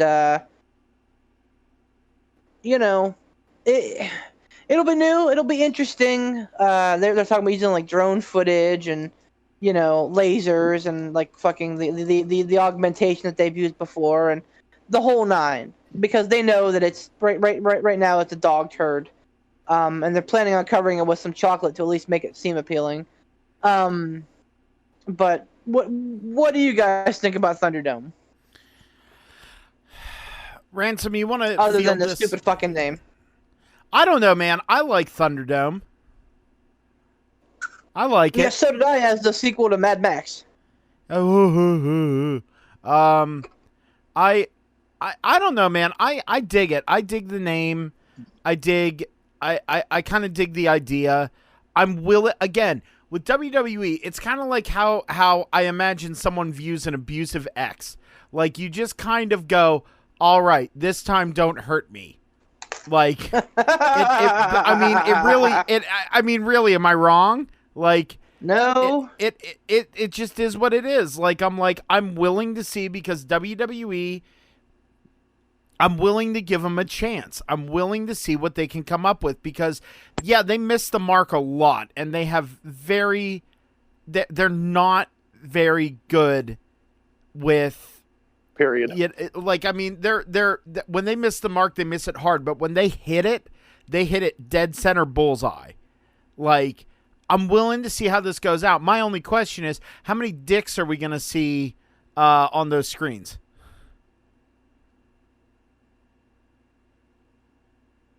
I would have to think that there's, I don't know, 1,800.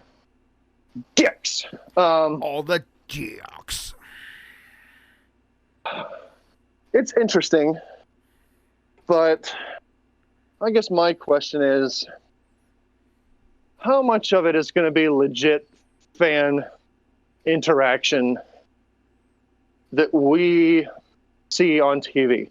Yeah, they're going to show screens. There's going to be people on them. They're going to see reactions. But this is no dummy when it comes to controlling his product. I have a hard time believing that there's not going to be pre-planned cheers, boos, pops. It's not all going to come strictly from these protectrons and robo-brains that we have in these arenas. Like it just isn't. Robo-brain go? It's just not going to be. It's not going to be the marks cheering and booing. I mean, that drove Vince nuts when that happened at that one WrestleMania, or whatever, when they just pretty much the fans at the arena hijacked the show. Like he was all flutterty-dutterty about that. I can't see him on the first time that there's legit fan interaction and not WWE plants at ringside. He's not going to let them have complete control. There's going to be pre-planned pops, cheers, boos. They're going to funnel stuff in like they like to do. And I'm not completely convinced that everybody on that monitor is going to be a 100% wrestling fan. It would really not shock me if they have people pre-screened, pre-set up, knowing full well that they will do what WWE wants them to do. The thing about crowds being in the arena is you get people who, when John Cena comes out, you get the John Cena boos. When Vince McMahon wants people to cheer for Roman Reigns, people are booing Roman Reigns. That's the advantage for us of having live fans. You get to hear that. That won't happen with this. There's not going to be dissension. The people who Vince McMahon wants to be cheered will be cheered. The people who Vince McMahon wants to be booed will be booed, because they will have pre-recorded audio ready to pipe in. So it's an interesting concept. I'm not sold on it yet, but we'll see what happens. So, Poot, I don't think we're going to see anything inappropriate. I don't think we're going to see any AEW shirts, any AEW signs, because while it is going to be live, which could be interesting for some of the wrestlers to get into again, there will be a tape delay. So ever since we saw Janet Jackson's nipple, the FCC has determined that we as a population can't be trusted. Look, man, I So we work need for to have a the buffer. I work for the You do. FCC. I absolutely get it. Like, now we So- don't have a tape delay. Like it's it's not even the tape delay thing. It's that really objectively they have monitored control over who appears on where and what. You know what Yep. I mean? Oh yeah, there will Yep. be a queue. There will be a queue lined up. There will be Yep. people waiting to get in. And when WWE, they will be monitoring these people out the wazoo. They'll have a fleet of employees watching a plethora of screens, A plethora. screening even. for things that they don't want to see. Yep. So like you said, Beef, the first time someone shows up with an AEW shirt, gone. Jericho shirt, gone.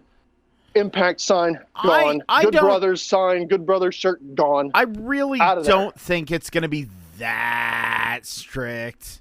Oh, I 100% believe it. I would be shocked if you saw anything from another wrestling promotion or anything that involved another wrestler that isn't involved in WWE on one of those screens. I'd be shocked. This is a McMahon ego move. 100%. This is And him they even saying, said, they even came out and said they can boot people for any reason they want. Yep. If we don't like the way you look, booted. We don't like what you're wearing, booted. We don't like your sign, booted. Yep. We don't like the way they're reacting. Booted. You're not cheering for who we want you to cheer for. You're not booing for who we want you to boo. Booted. The problem is people will notice that shit, and they'll make it a big dumb stink. If WWE is but that I don't think stringent. WWE cares. I don't think they care. Here's the thing: WWE's editing staff is top notch. Very rarely have we seen a WWE video package that's been bad. That's the editing team. Yeah, but that's can a whole different damn skill well- set.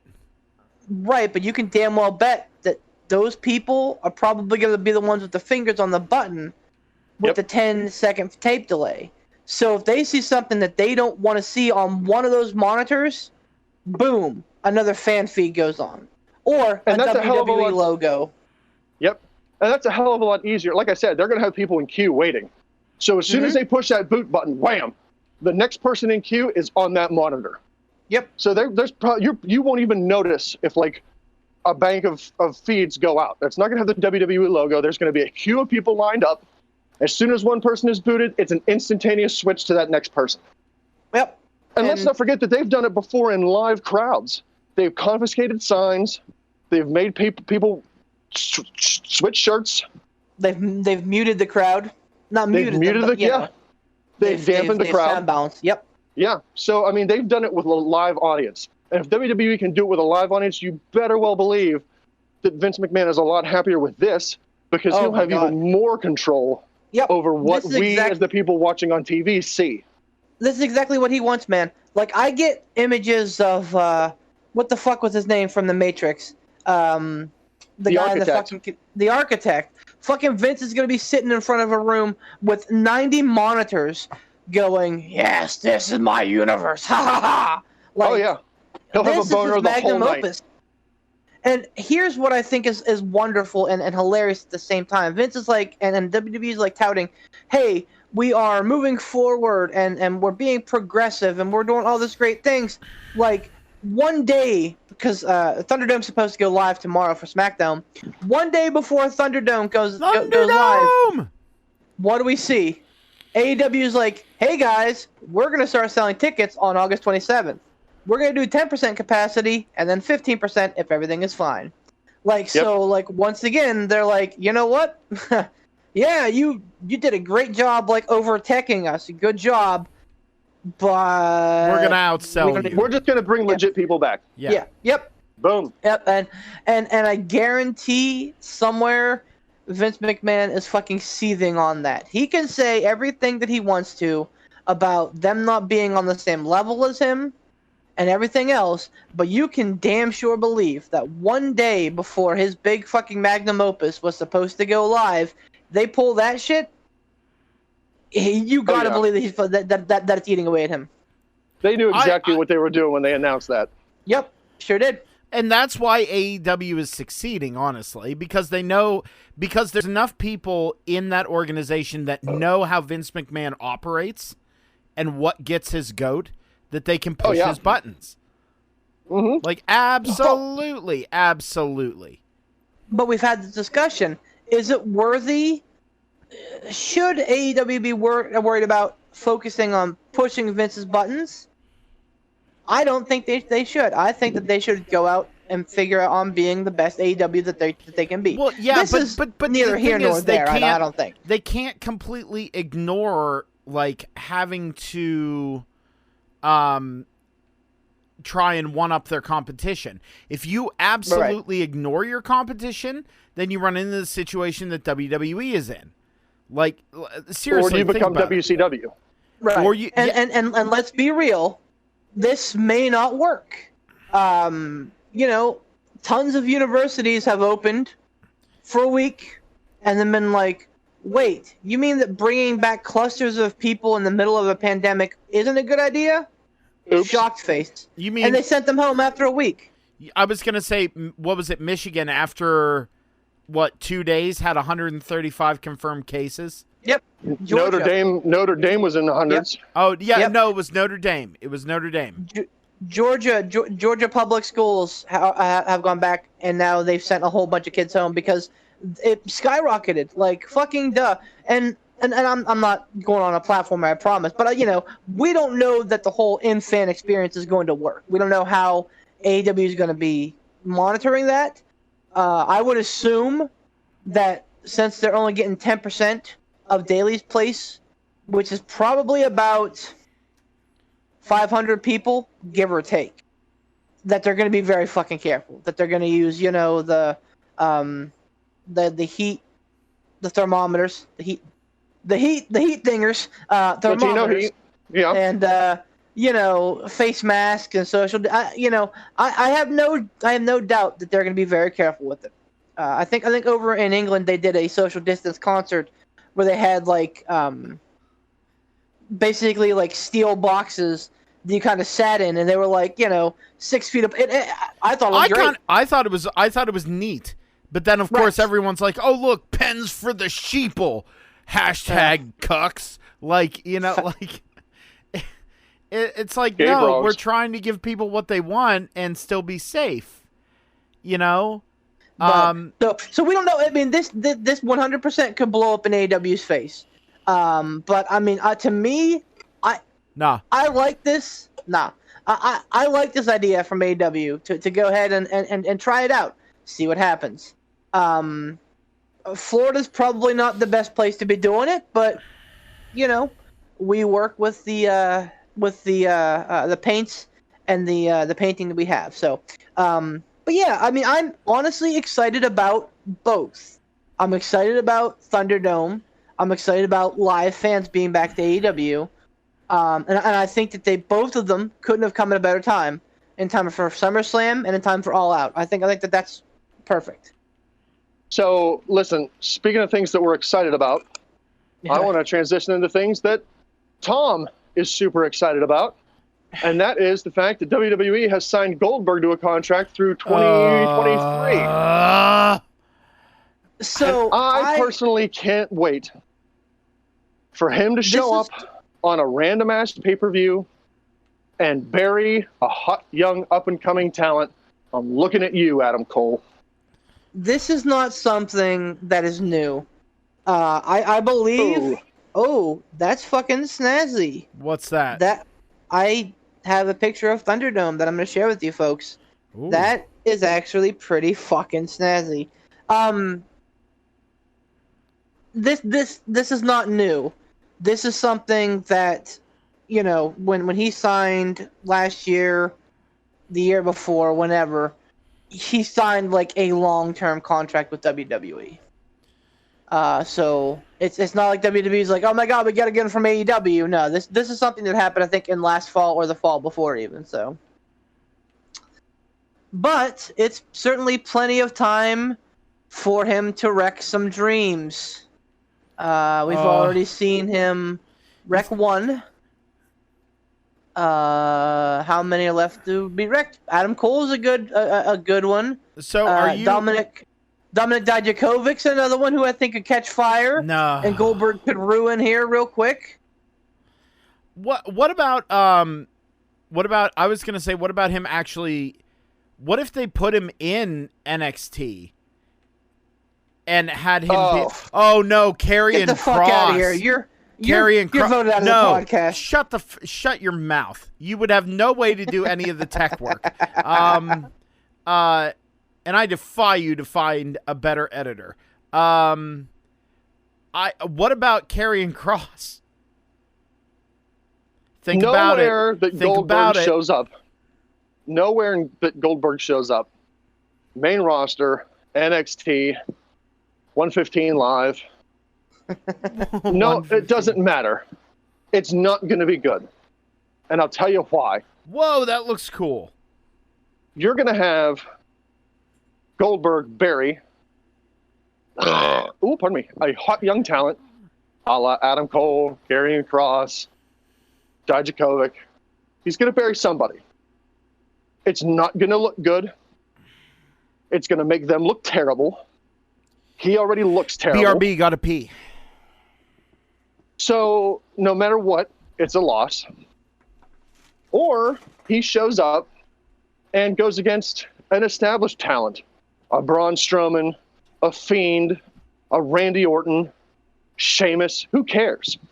It's still going to be bad.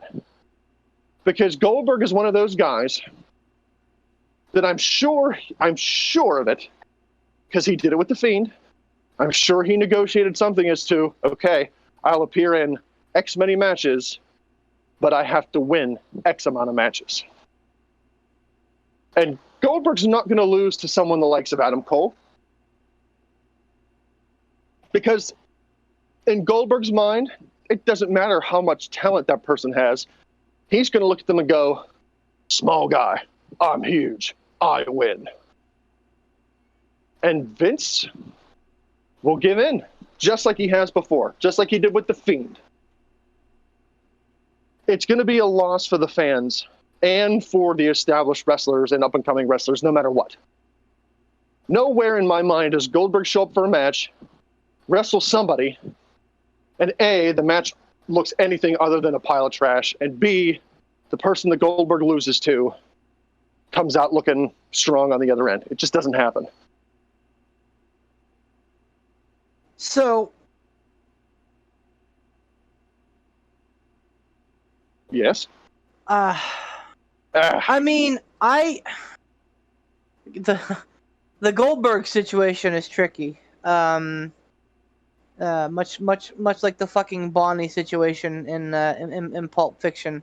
The Goldberg situation's fucking tricky because I believe that you're 100% correct that he probably negotiated in his multi-bajillion-dollar contract. Yep. That he's gonna win X amount of matches. I just like how do you pencil that in? And does Goldberg have that creative levity to say, hey, I'm coming back this date. I want to fight X and I want to beat X. Like, these are all answers that we need, or these are all questions we need answers to. But realistically, I would hope that Vince didn't give him that kind of creative control, because that kind of creative control is what killed WCW. That's like Hogan and Nash and, to be frank, Goldberg shit. Whenever you can show up and say who you're fighting and why you're not going to lose. I agree with you, but I mean, look at his match with The Fiend. Yeah. That right there tells me. It was fucking terrible. That right there tells me It's so bad. that Oh, it can't go well, no, because he can't pick up a dude anymore. the match with him and that match should never have taken place. You should never have had Goldberg versus The Fiend of anybody for him to fight. Someone that you want to try to build up, like you want to try to build up The Fiend, allegedly. Allegedly. Like, why? Clean loss. Yep. What's that? What is that? If he can lose, if Goldberg can go over The Fiend clean, I don't see him not being able to go over anybody else clean. Like, So I don't know that he has that much creative control, but yeah, I don't know. If WWE was smart, they would keep up and coming talent that you want to build for the future. You'd keep them away from Goldberg. Let Goldberg squash somebody that can take a loss. Randy Orton. I think Sheamus. that. So I think that they. So The Fiend. Yes, you're 100% correct. If Goldberg can beat The Fiend at the fucking height of The Fiend's popularity for the title, there's not a soul on earth in the WWE that he shouldn't be able to beat. Yeah, no one is safe. But I think The Fiend was an interesting situation. Now again, this is pre-COVID land, so their thought was, hey, we want Roman Reigns to be the guy on the blue brand. The Fiend is a great catch. So let's remember that Fox wanted The Fiend on SmackDown. WWE wanted The Fiend on Raw. Vince had plans for Roman Reigns on SmackDown. Fox had plans for The Fiend on SmackDown. So this was kind of the first little creative struggle between Vince and Fox. Vince wanted Roman Reigns to be the guy on SmackDown, probably in grooming him to be the guy on Raw. That said, they knew that if Reigns beat The Fiend in front of a crowd of 100,000 people, that it was going to be dog poop. That everybody would poop all over that match. They'd poop in their seats. They'd poop in the aisles. They'd poop in the street. You're poop, They'd Ron. poop. You're poop. You're poop, Ron They'd- Burgundy. Poop everywhere. You're poop. Poop mouth. It would be the literal drizzling shits at Raymond James Stadium. So they had an out. They said, okay, well, how about we have Goldberg beat The Fiend in Saudi Arabia so that we know that Goldberg's probably not going to get booed. And we can have The Fiend pop right back up and stand up to Goldberg and then mysteriously disappear. And then we can have Goldberg, who is a well-established talent, lose to Roman Reigns in fairly short order at WrestleMania.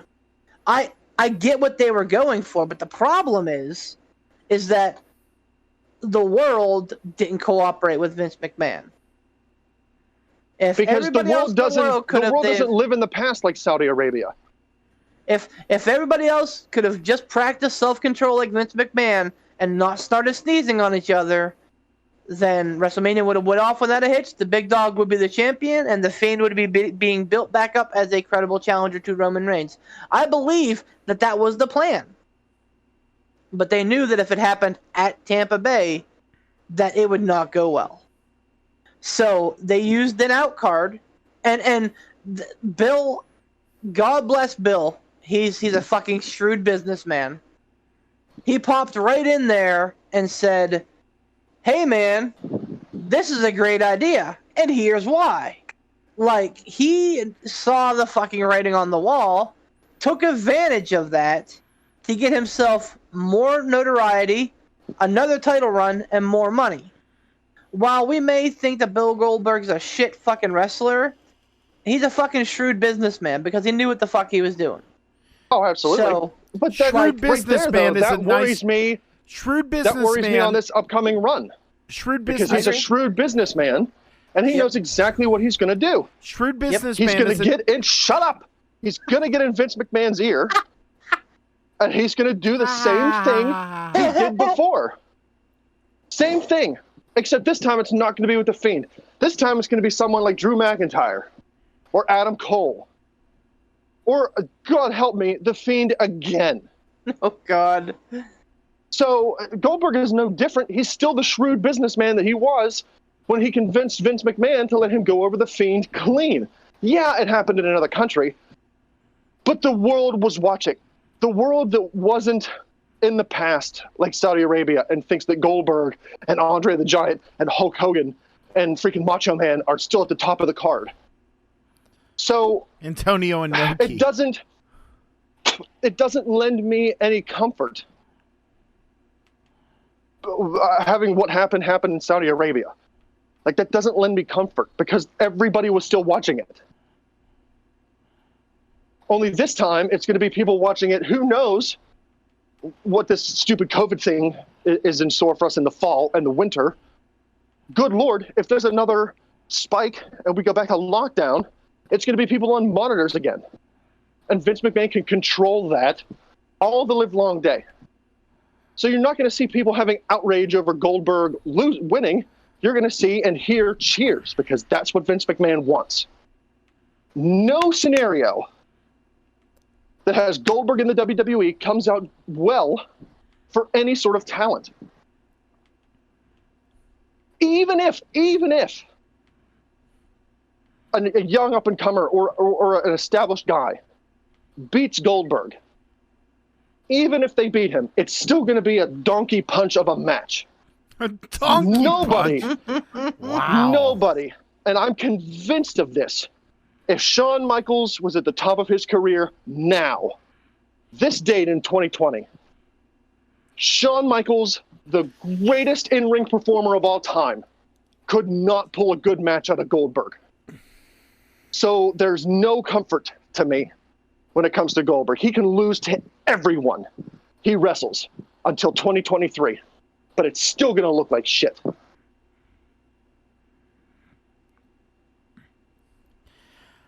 I'm done. I'm so mad. I feel like I'm Tiger Bomb Tom, except I'm on a bipod. Well, because I've got 2 dicks. you've got 2. Just don't worry about it. It's fine. I'm losing it. I'm sweating. I lost a leg and I just have a dick. Just standing on my dick. I'm pogoing like Tigger, except I'm pogoing on my dick. And doing dick push-ups. Boingy, boingy, boingy. Flex, flex, flex. I hate Goldberg. Okay. So what a terrible, terrible day. No, and look, I think this is all around a bad idea. It's just gonna throw a big, gross, dumb wrench into everything. It's stupid. Everything. I think Goldberg. What I think Goldberg should relegate himself to is definitely like a manager capacity, like managing someone. Him on the mic. Oh no, just being in their corner. Be like a Tully Blanchard. It would. How fucking dare you? No, not saying he is Tully Blanchard. Calm your dick. Tuck it back in. Do some push-ups. Not that he is. 2. I'm saying put him in a role like that where he doesn't talk. He's just there to lend some semblance of credibility to someone who might not have it. Because I know we don't have credibility. We don't think he has credibility. Do you know how many people out there are still giant, dumb, ridiculous Goldberg marks and they think he's the greatest thing since sliced bread? Like the motherfuckers that went to Kmart and bought the fucking Kmart Goldberg shirts. Fuck you. And if you're listening to this podcast and you went to Kmart and you bought a fucking Goldberg shirt, shut this shit off and never listen to us again. I personally hate you. Oh, dear. But that's my point, is that those people are the ones that WWE targets and gets a lot of money from. Like, that's the thing, is you are often the one who said, think like a mark. And you're not this time. You're letting your rage and your nerd rage blind you right now. Like, seriously. The only problem with that line of thinking, though, and while I would love to, that is the best case scenario for me, is Goldberg comes back as a managerial role and doesn't wrestle. That's the best case scenario. Absolutely. But the reason that won't happen in a million years is because Goldberg's ego doesn't see him as the manager. Goldberg's ego still sees him as the superhero, the guy who could get in the match and be a superhero for his son. He's not going to do it. Oh, if Vince absolutely. says, here are millions and millions of dollars, I want you to be a manager for somebody at ringside, Goldberg would say, nope, I'm the star. So while yes, that's my best case scenario, I don't think it would ever happen, because Goldberg's ego would not let it happen. Oh, absolutely not. Okay, so there are Goldberg fans out there that bought the shirts that love Goldberg. I understand it. And I may have spoke harshly because I know that there are probably members of my family and close friends of my family that absolutely love Bill Goldberg. But here's the thing. So let's pretend for a second that Bill Goldberg is one of the all-time greats. I am willing to fucking whiskey throttle the hell out of this jet ski to jump that shark, okay? Just in this specific scenario. Let's pretend that Bill Goldberg is one of the all-time greats. Fuck off. Goldberg. Michael Jordan is the greatest NBA player of all time. Changed my mind. His comeback with the Washington Wizards? Shit. Brett Favre is one of the greatest quarterbacks of all time. His comeback with the New York Jets? Shit. Sometimes, as an athlete, you age out. Not even sometimes. You- You just do. Except for You guys do. like Mike That's- Tyson. Mike Tyson is a mutant. Well, we'll see if he wins against the fucking Shark. Did that happen already? I don't even know. No. But, you know, yeah, and I hear you. Like, there are plenty of people now that are turning back the clock. Tom Brady's like 87, and he's still one of the best quarterbacks of all time. Tom Brady. You know, Tiger Woods is getting up there, and he's still doing great things in golf. Rapey It's not in his Woods. personal life. You know, there are people, especially with the popularity of yoga, and even DDP yoga, doing a lot of things for a lot of people, making them stronger, faster, and Faster, more stronger. Easy, Kanye. yeah, than they were, you know, in their quote unquote prime. So it's believable that if you're an athlete at the peak, or even if you've passed your peak, that you can get back to your peak with some of these things. However, I don't think anybody believes that Bill Goldberg is sitting in his sunroom doing hot yoga and Pilates to get his core strength back. No, he's drinking beer with Robert Oberst. Yeah, man. Maybe he might hit the fucking gym and lift some weights. Okay, cool. You look like you have fucking tennis balls under your skin. Good job, big guy. We're all proud of you. Wow. But it doesn't mean shit when you can't. So let's examine the last two jackhammers he's given. Oh, The, let's the not fucking and say slop we hammers. did. How about that? The Undertaker, which damn near killed him, Almost Bray Wyatt. killed him. which damn near ended his career. Yep. An inch either way on either of those two slop hammers could have Slop-hammers? gone terribly. If you are a guy who is known in the league for hitting home runs, and you can't hit the home run anymore, you better figure out small ball pretty fucking quick. Listen, you just said this. What you just said shook me to my core. And I'll tell you why. Why? Because Why? Vince McMahon probably saw that. All the wrestlers saw that. If there's any smarts involved, they're either A, going to tell Goldberg, spear is now your finisher, not the jackhammer. You can't do it anymore. But ain't nobody going to tell Goldberg he can't do a jackhammer. That's right. So that is out. That's not going to happen. So what is going to happen? They're going to put Goldberg in matches with guys who are small enough for him to be able to jackhammer the shit out of him. So Like expect all to of our see favorites. all of these awesome guys who are smaller take jackhammers from Goldberg. 1, 2, 3. Finn Balor, jackhammered. Adam Cole, jackhammered. Take your pick. That's what you're going to see. AJ Because they're Styles, not going to jackhammered. AJ Seth Styles. Seth Jackhammered. Rollins, jackhammered. Yep. Because Mhm. they're not going to put Braun Strowman in a match with Goldberg. Nope. No matter what Goldberg says, they see money in Braun Strowman.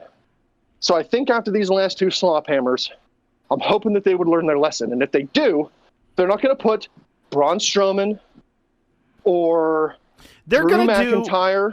They're not going to put these big guys in matches with Goldberg and let him try to slop hammer these guys to their grave. They're going to put smaller guys in with Goldberg and let him jackhammer the shit out of them.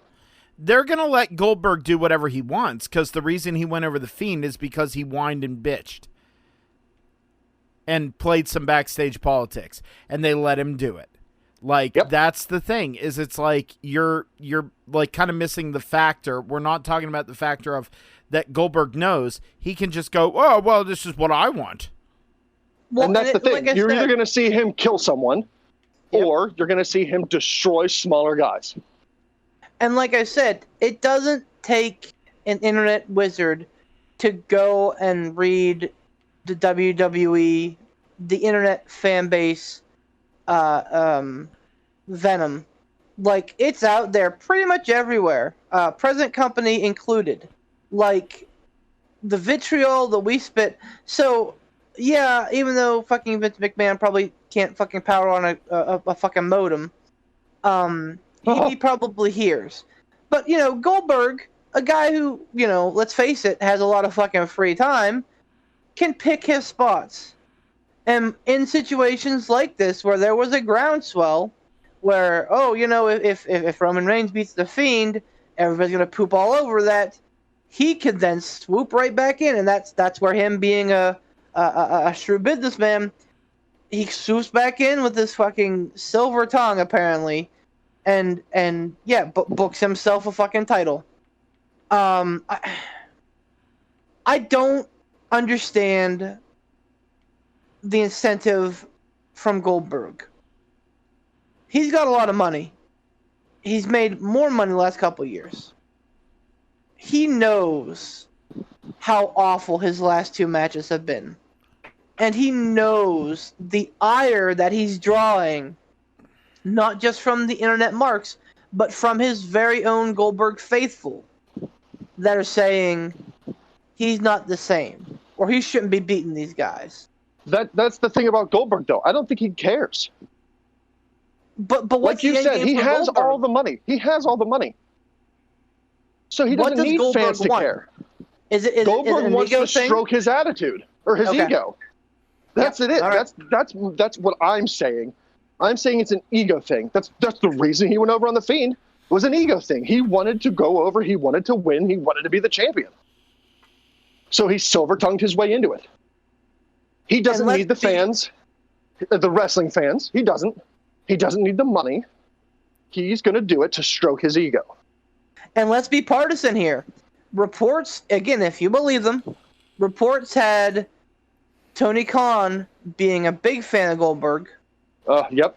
wanting to throw a lot of money at Goldberg, and recreate the streak in AEW. Good. So I'm sure that It's- just had Chris Jericho spinning. it's not just Vince McMahon. No. It's such a fucking weird niche thing Goldberg is. He has no talent. He couldn't cut a promo to save his fucking life. I mean, he could cut a promo as long as he could just say "you're next" at the end, The and two people will big go, things he can do, "Yay, the Goldberg!" slop hammer and spear real good. Like, somewhere along the line, fucking like rural America, the fucking NASCAR crowd latched on to Goldberg. And as we see with their absolute dying support of the orange man with a bad toupee, like, they... I'm pretty sure that Goldberg could pull a gun on a guy, shoot him, and then do the Eric Andre thing. Why would you do that to me? And every yeehaw backwoods Goldberg fan would be like, I can't blame Goldberg for that one.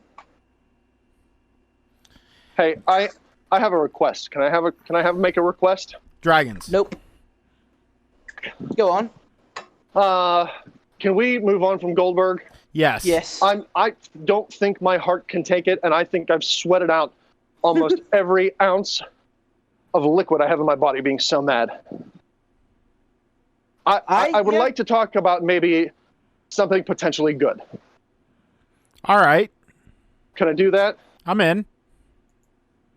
So while I think it's a big loss to WWE, I think it has grand potential for Renee Young in leaving the WWE, if Yes. rumors are to be believed.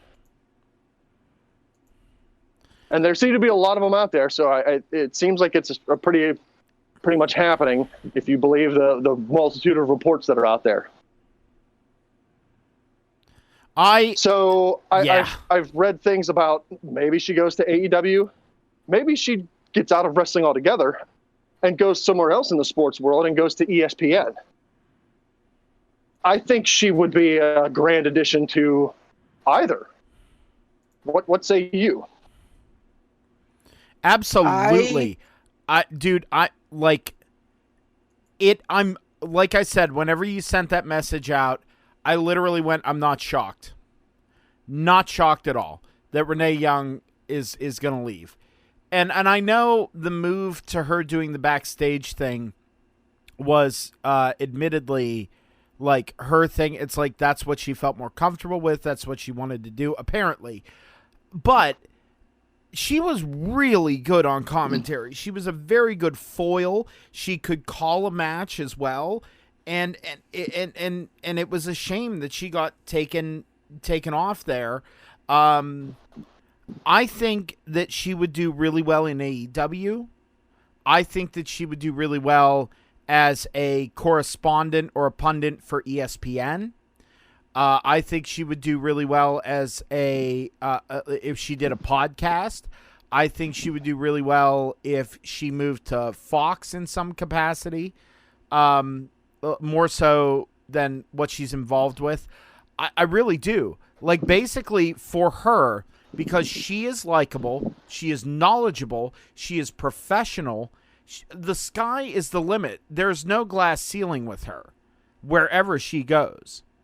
So I think this is a good thing, and I'm very excited to see what happens with her. I hope that wherever she goes, she's utilized well, and people appreciate her value to its fullest extent.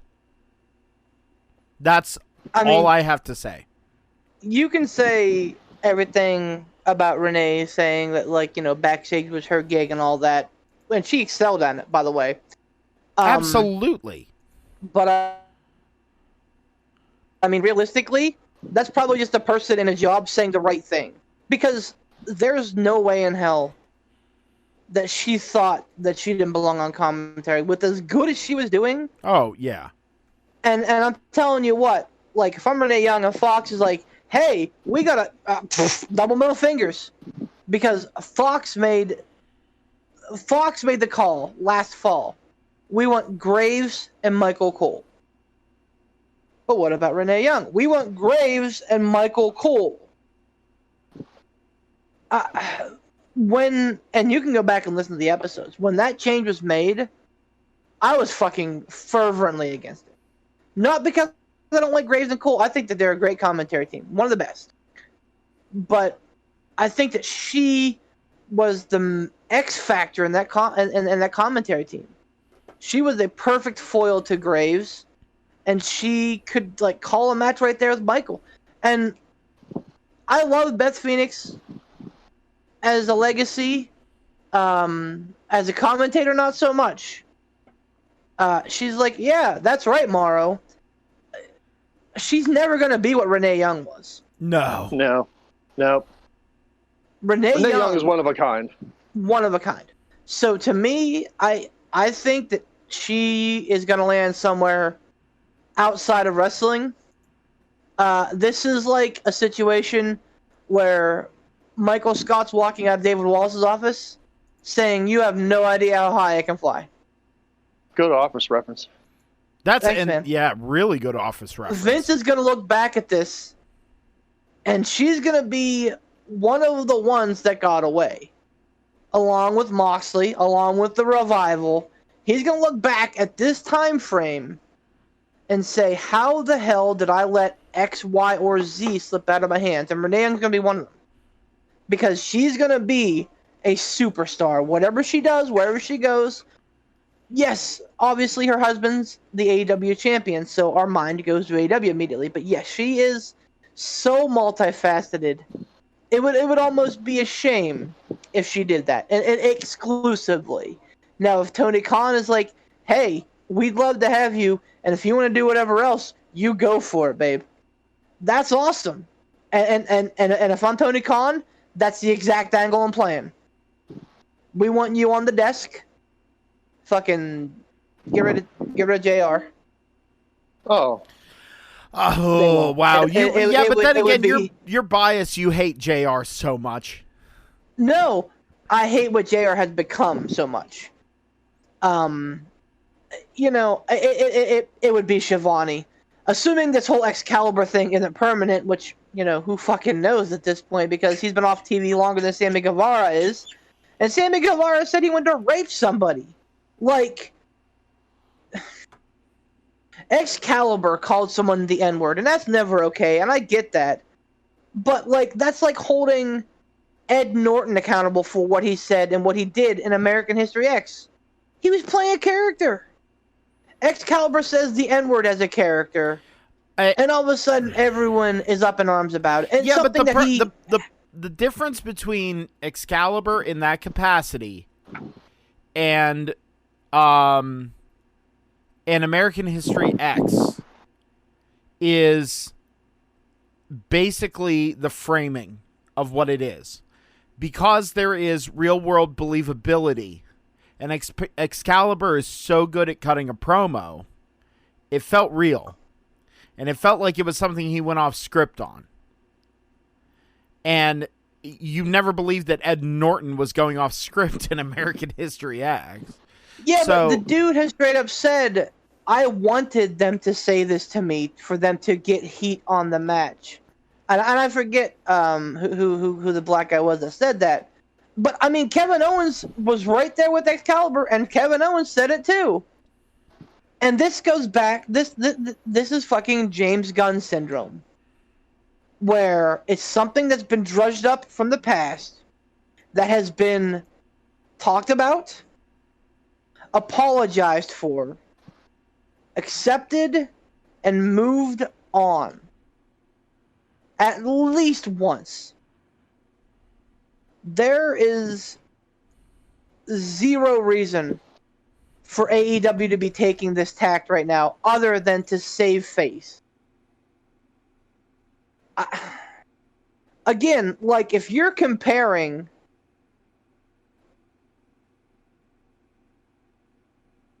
Yes? Oh, God, he's gone. He's dead. Did he go? He's dead. Oh, he's gone. Beef, you're gone. Beef, your ring is lit. Dear. Oh, it's leaving us with a big guy. You know, it's... Well, look, Excalibur aside, yeah. Where do you hope Renee Young ends up? Do you hope she ends up in a wrestling promotion? Do you hope that she ends up doing something maybe in an ESPN sort of fashion? I think I heard someone toss around like a Good Morning America type show. I would love that. I think she would do wonderfully on something like that. You know, I think, though, that she's ingrained enough in the wrestling business that if she went that far outside the scope of wrestling or sports, I wonder if she would be happy. But I'm not Renee Young, obviously, and I don't know her personally. But my point is, like, you kind of have to think that, like, yeah, you should grow, and getting outside your comfort zone is good. However, staying within the ballpark of your wheelhouse, using all of the colloquialisms, I think is good. I honestly would like to see her in AEW as a correspondent and commentary. Ideally. That's what I would like. But like I said earlier, anything she does is going to be gold. Like pure gold. So my second question to go along with that is, do you think Vince McMahon tried to keep her? Or do you think she said, yeah, you know what? I'm ready to go. I'm done. And he just went, okay, you've had a good run. Probably. Do you think so? You don't think he saw the money in her and tried to do something to keep her? Like, I'm interested to I would love to know if she said, you know, hey, I think I'm going to branch out and, you know, maybe go somewhere else. I think, you know, when my contract's up, I'm not going to renew. And I'm just curious to see if Vince McMahon said, what can I do to get you to stay? Name it. I don't. Even if Vince McMahon did that, I really don't think it would matter in the grand scheme of things. You know why? Because she saw the success her husband had saying no to a big, dumb, stupid number. Oh, and, that's true. I mean, and she has the connections. And you even saw in the tweets of people supporting her the reputation she has. Her reputation is spotless because that woman is made out of candy, diabetes, and happiness. Like, I mean... Poor Beef. Well, he's gone. It doesn't matter. Oh, there he is. Back, you bastards. Well, you know bastards. What? Get technology under control. Oh. Yeah, I think she'll do great wherever she goes, but I would like to see her in AEW. Beef, what about you? I'm very upset that I cut off in the middle of my diatribe, but as far as Renee goes, I believe that she would be... I want to see her do both. I want to see her show up in AEW and be a part of that commentary team, because that could be a great commentary team with her on it. And it's already pretty good. But this, I think, would supersede good to great. But I want to see her do that in addition to... I want to see her do another reporting gig with ESPN, something more legit. Because she deserves that, and she can handle it, and that would be great for her. I'm interested to find out what happened with the contract, because the way that I've read it, the way that it really comes off, it's like someone at a jag-off job like us puts in their 2-week notice. She's saying, hey, I'm done next week. And I just cannot believe that in this day and age that Vince would not have anybody, or would have anybody under that kind of flexibility. You know what I'm saying? So it's very weird the way that the way that it reads, but maybe on-air personalities have a different set of shit that they deal with, or we do parts of their contract,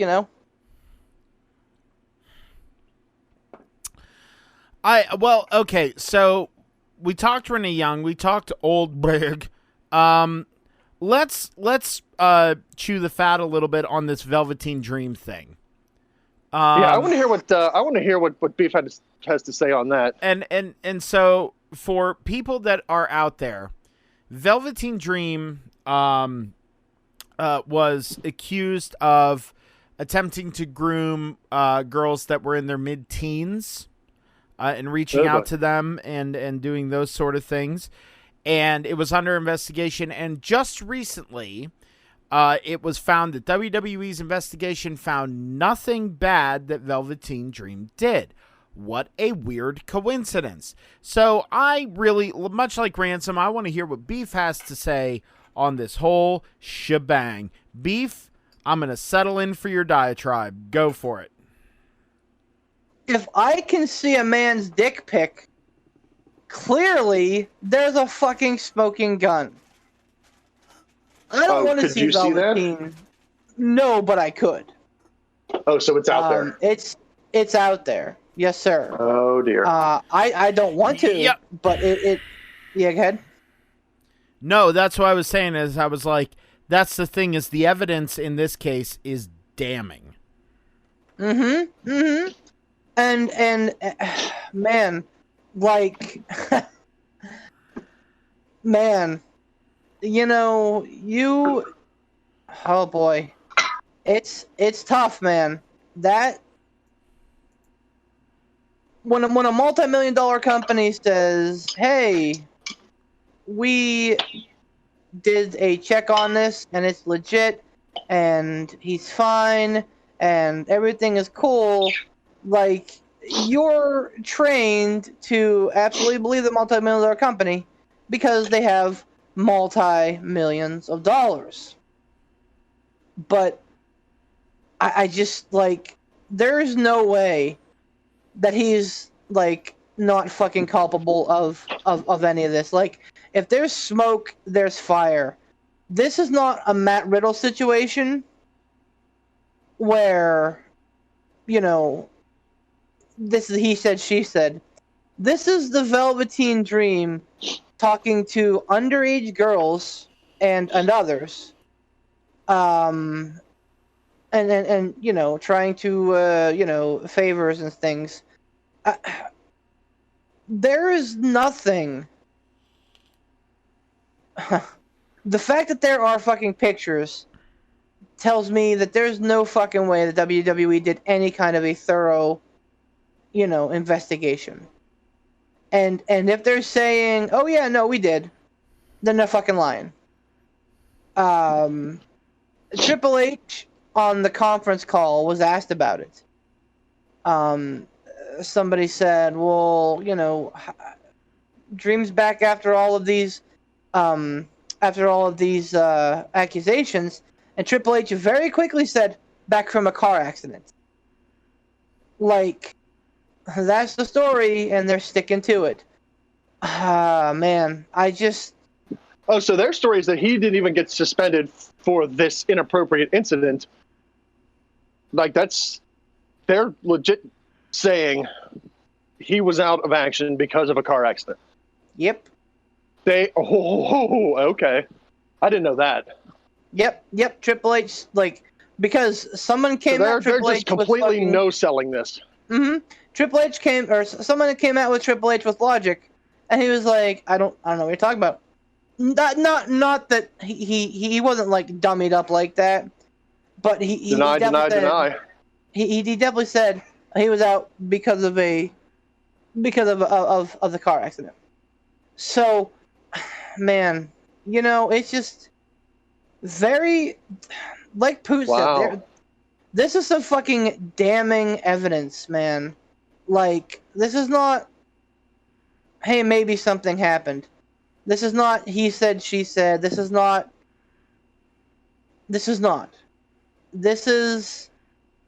I think, WWE screwing the pooch.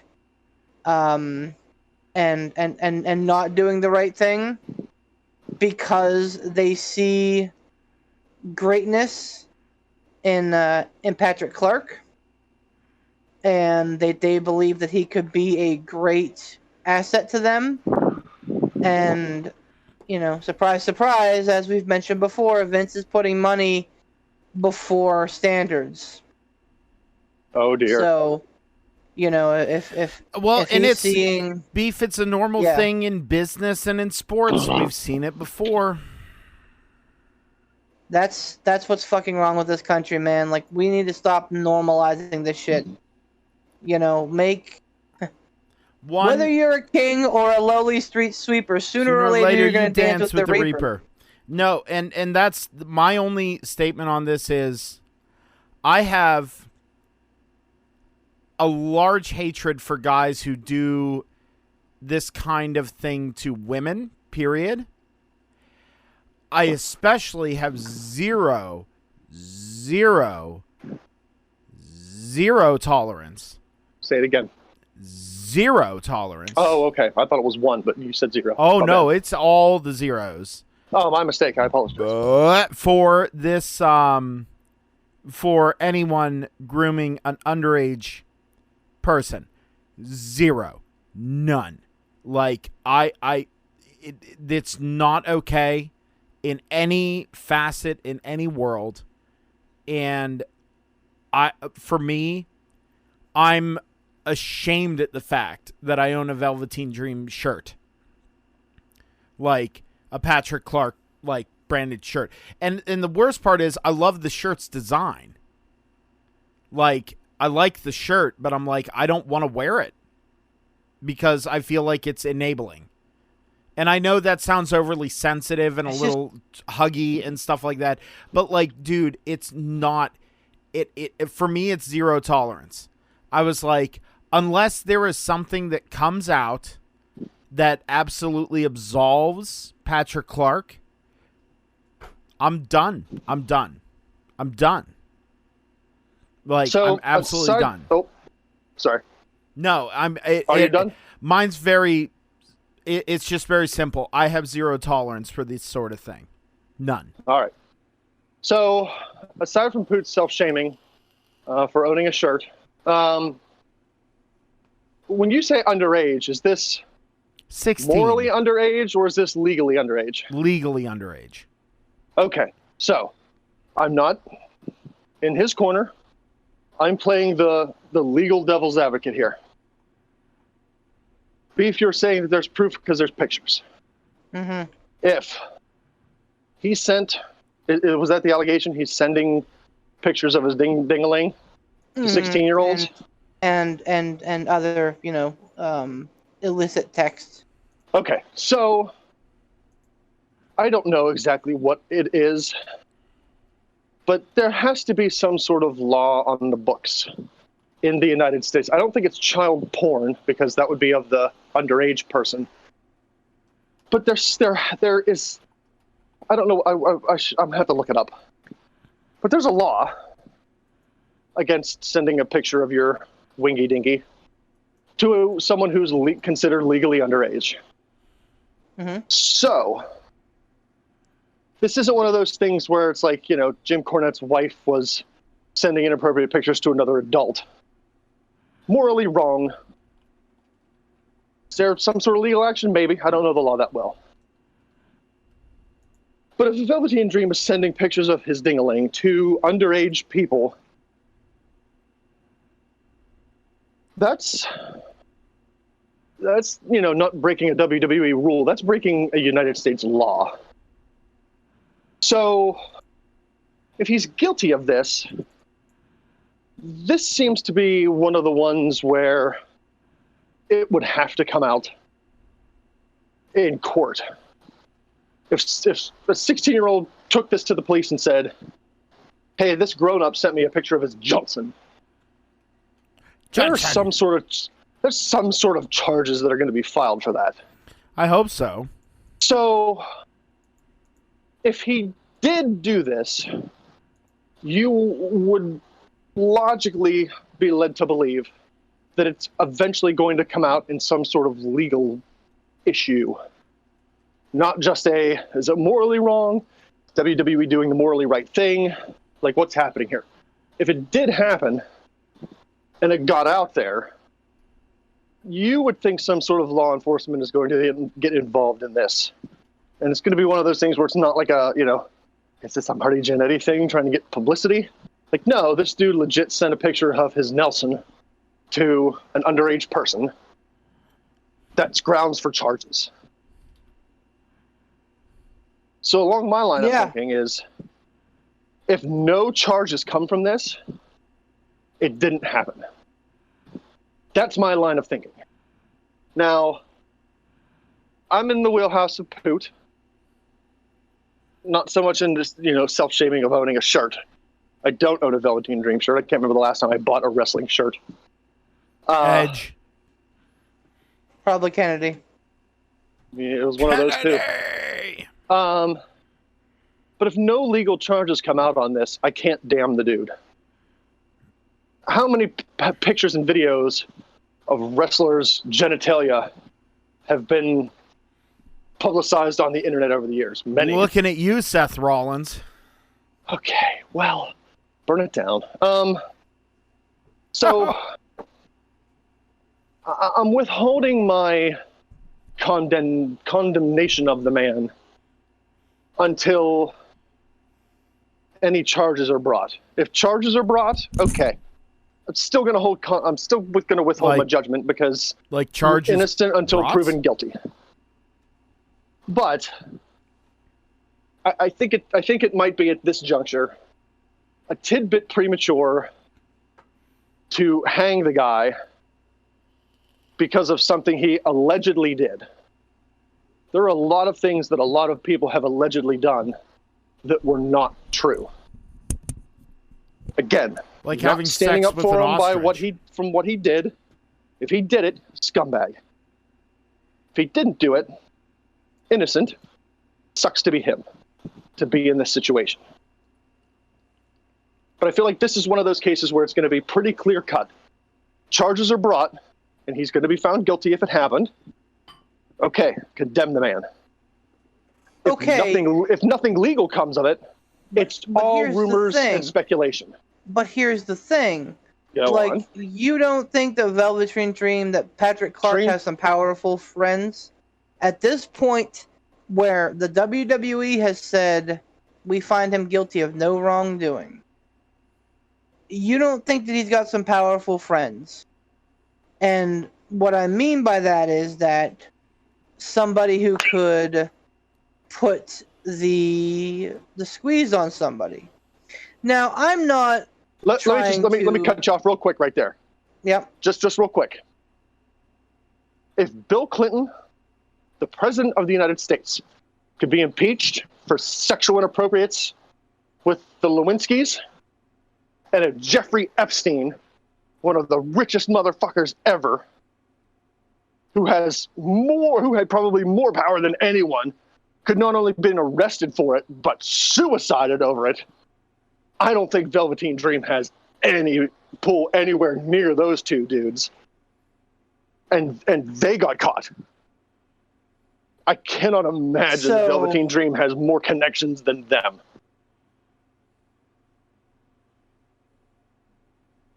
Here's what I'm saying. It depends on the accuser. So, like, if I were to be able to pull up these dick pics, and I don't want to, I'm not gonna fucking try to, whatever. I say pics or it didn't happen. I'm not gonna then be able to go to the law and say, hey man, arrest this guy. Right. It's gotta come from the person who was, injured by it. Not every person in the world has the, a fuck you attitude of one Alex Ransom, who could go to the fucking bench and say, yep, this motherfucker, he did it. Let's fucking put him away forever. And that's good that you do have the balls to do that. I'm not saying that's a bad thing at all. I'm saying that, like, that's why this whole speak out movement was important, because it gave people a voice. It gave people who, for years, obviously, had been in situations where they couldn't do anything. And now all of it's coming to light. Right, but it's out there now, though. It's not a secret. Right. A lot of the things that didn't get prosecuted or charged was because nobody knew. It was a secret. This is out there.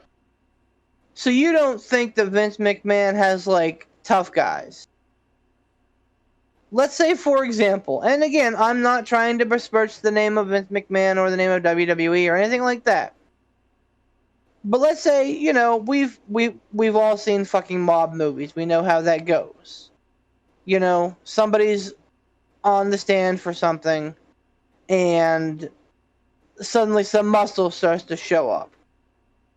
I'm just saying that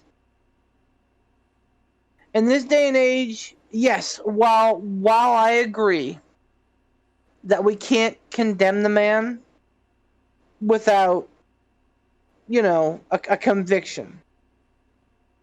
If there are pics, and again, I'm reasonably certain that there are. I'm not going to Google it because, again, I don't want to, I don't want Patrick Clark's dick pics. But I'm reasonably sure that I've heard that they're out there. So if they are in fact out there, like, that's like a fucking smoking gun. But the problem is that it's a smoking gun that he sent dick pics to somebody. It's not a smoking gun that he sent them to underage people. Right, and that's what I was going to go with next, is that the fact that you can have all the smoking guns in the world, but unless you got the person who got shot by that smoking gun saying, this guy shot me, you can't do a thing with it. Okay, so isn't it alleged that it happened to more than just one person? Or is it just one person? That I'm not certain of. Okay, so that aside, if it happened to more than one person, it's more likely that it's going to be brought to light in some sort of law. But if maybe I'm naive, but oh, pardon me. Yeah, I believe Vince McMahon has the ability to have tough guys or already has tough guys. But here's maybe where my naiveness comes in. Naivety. Is it worth getting caught? Sending tough guys to rough somebody up? Dude, they don't get caught. That's the thing. They're tough guys, but they don't. People get caught. It's called shadow work, buddy. If you're believing, hold on. If you're believing Dark Side of the Ring, which we don't know the fucking validity of that series, but if you're believing Dark Side of the Ring, during the Jimmy Snuka hearings, Vince McMahon walked into a business room with a briefcase with 2 cops, walked out of said business room with no briefcase. And suddenly the charges against Jimmy Snuka were dropped. Or weren't pursued. I can't say that they were dropped, but they weren't pursued. That's exactly what Poot's kind of talking about, wet work. And the sad realization is that this shit goes on more than we know. And I'm not trying to be some fucking conspiracy theorist and say this or this, but realistically, like, these kind of shady deals happen all the time. This girl who's underage could have her life turned upside down if she came out with this. Because you know what? Remember all those Yee Goldberg fans we talked about? Yee. There's probably a lot of fucking, Yee Velveteen Dream fans too. And we've seen it with Marty Scurll.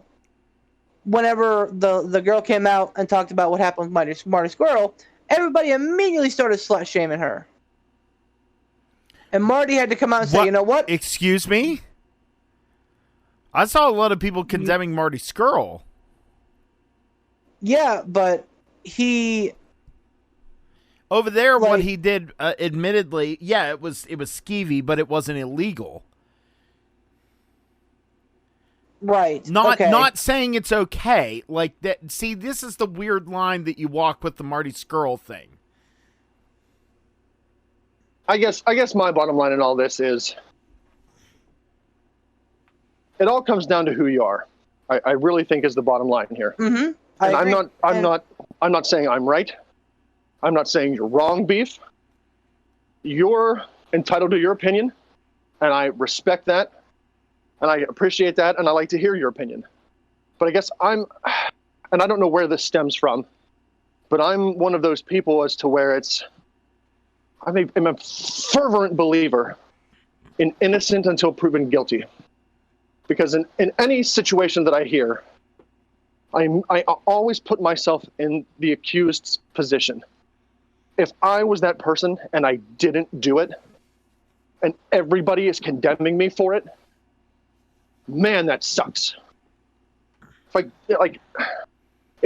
There's no hearing, there's no court of law, there's no settlement. Even if there's a settlement, that at least leads to the believability of guilt, or I can't remember the other word, but anyway. I think that's a side effect of social media, though. It could be. Well, that's what I'm saying. For me, it's I can't condemn this, and I hold no ill will against anybody for their opinions. I don't. I personally cannot condemn him for what he's accused of until there's some sort of evidence or admonishment of guilt. So if he did it, he's a shitbag. But I can't myself, the real me, not the character Alec Ransom, I can't condemn him for this action until there's some sort of hearing, settlement, lawsuit, something. Like for me, there's got to be that. It's There's not going got to to come. be that trial. I'll tell you. There's got to be not gonna come. innocent until proven guilty. Like that's my thing. That's not going to come because it's a 16-year-old girl we're talking about. Like, kids are stronger than I think that a lot of us give them credit for. But I mean, that takes like 40-year-old people, 35, 50, whatever. Old people, relatively speaking, can't do that. How on earth is a 16-year-old kid gonna go up there and do that? Not even taking into account the fact that the WWE universe, I fervently believe, would be slut-shaming her to pieces. Like, she'd have to delete her social media. She'd have to delete everything. And, like, not even factoring in if Vince does anything or could do anything or this, that, or the other thing. Like, factoring all of that out. At the end of the day, like, this is some fucking heavy, heavy, heavy shit that you're expecting So, to me, and her parents, I don't know the law, so I'm not going to pretend like I know the law. To me, it would seem like her parents should be able to pursue this on her behalf, but I don't know if they can. I don't know if they have the legal right to, or if the law would say, nope, sorry, it has to be her. So I haven't watched enough SVU, I guess. But like, okay. I just like, if it all comes down to her doing it, making the accusation, etc., we'll probably never see it. As sad as that is to say, given how things are right now in the world, it's just so tough to ask somebody to do that. Even if there's a fucking smoking gun, to be able to say you need to go and do this is a tough sell on a normal person, much less someone that's not of age.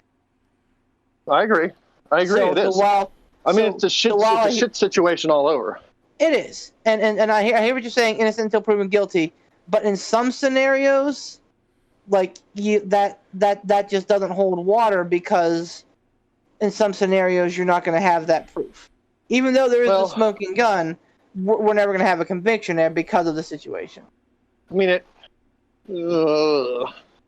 I don't want to keep going on this because this is a shit storm. But yeah. I don't know, like, you can't. You can't throw out the innocent until proven guilty because it's the accuser or the person who was done wrong is 16. Like, I know that that's a tough thing for them to do, and I'm not saying that it's on her. I'm just saying that regardless of age, the innocent until proven guilty can't be thrown out. Because that's a bad road all around to go down. To condemn somebody because of hearsay or because pictures of their dongle exist, to immediately say, he did it, send it to this 16-year-old scumbag, he should be booted out forever, he should be on a registry, something. That's just one of those things that can't be done. Everybody can have their opinion about the guy and their opinion on whether or not he did it or not, based upon, what's out there or what they think of the guy. But in society, we can't go down that road. Is we can't throw out the innocent until proven guilty. Well, and because it's sucky for the accuser. Well, and the thing that's tough is that Patrick Clark roundly in all facets of the wrestling community and as a personality and online before this has been said, oh, he's a great guy. He's a great guy. He's a great guy. Real nice, real affable, hard worker, dedicated to his job. You know, it's like, so it's one of those things that it's like a history of good behavior and, you know, character and everything. Then this happens and you go, you have to ask the question. It literally boils down to, is this all, you know, puffery and happenstance and all this stuff, or is he just really good at hiding it? It really boils down to that. It does. Yes, 100% it does. And another thing that gets me thinking, this is the last thing I'll say on it because I know we've been going long on this topic. It's a shitty topic to talk about anyway. But somebody had to accuse him of this for it to get out there in the interwebs. There had to be somebody that said, hey, this guy sent inappropriate pictures to an underage person. Whether it was the person he sent them to who came out and said it, or somebody who knows him or her, somebody had to come out and say, this happened. So I feel like there should be something that can be built upon that. Say, okay, this person accused this guy of doing it. Whether they were the wrong, you know, the person that was wronged by him, or it's a third party person, someone somewhere came out and said this. So there has to be some sort of evidence somewhere. Or it's just a random accusation that got thrown out because who knows why. Like, do you see what I'm saying on that? Well, someone had to accuse him of this, and they had to have known that he did it if it actually happened. So there has to be some sort of line that can be traced to say, this person knows, let's start there. Right. Well, I think we're going to have to see how this all develops and how everything shakes out and see if anything else comes out, because at the moment, it's, in the eyes of WWE, it's over and done with. Yep, case closed. Fellas, I'm going to be throwing out my regular comment here. We are getting long in the tooth. So I didn't acknowledge our sponsors at the beginning because we had a lot to get through. Right. So somebody right that wrong and do our due diligence. I'll tell you what, Beef. I'm terrible. You right the wrong, and then I'll do the outro. All right. We would like to thank our wonderful sponsors. Over on the Casual Gaming Dad Facebook page, you can find a plethora of content from our own Tiger Mom Tom, ranging from the Origami King with Paper Mario, to Halo, to the retro gaming that he likes to do, to Monday Night Mario Kart, and The Last of Us. So he's all over the place with that. So give him a like, give him a share, check him out on the Twitch, on YouTube, Casual Gaming Dad 87? 84. Am I right? 84. Shit. Casual Gaming Dad 84 on the Twitch, and I believe on the YouTube machine as well. Yeah, so check him out. And then obviously continue to keep your ears low to the ground with Mr. Sean Tisler and IWC in Clearfield.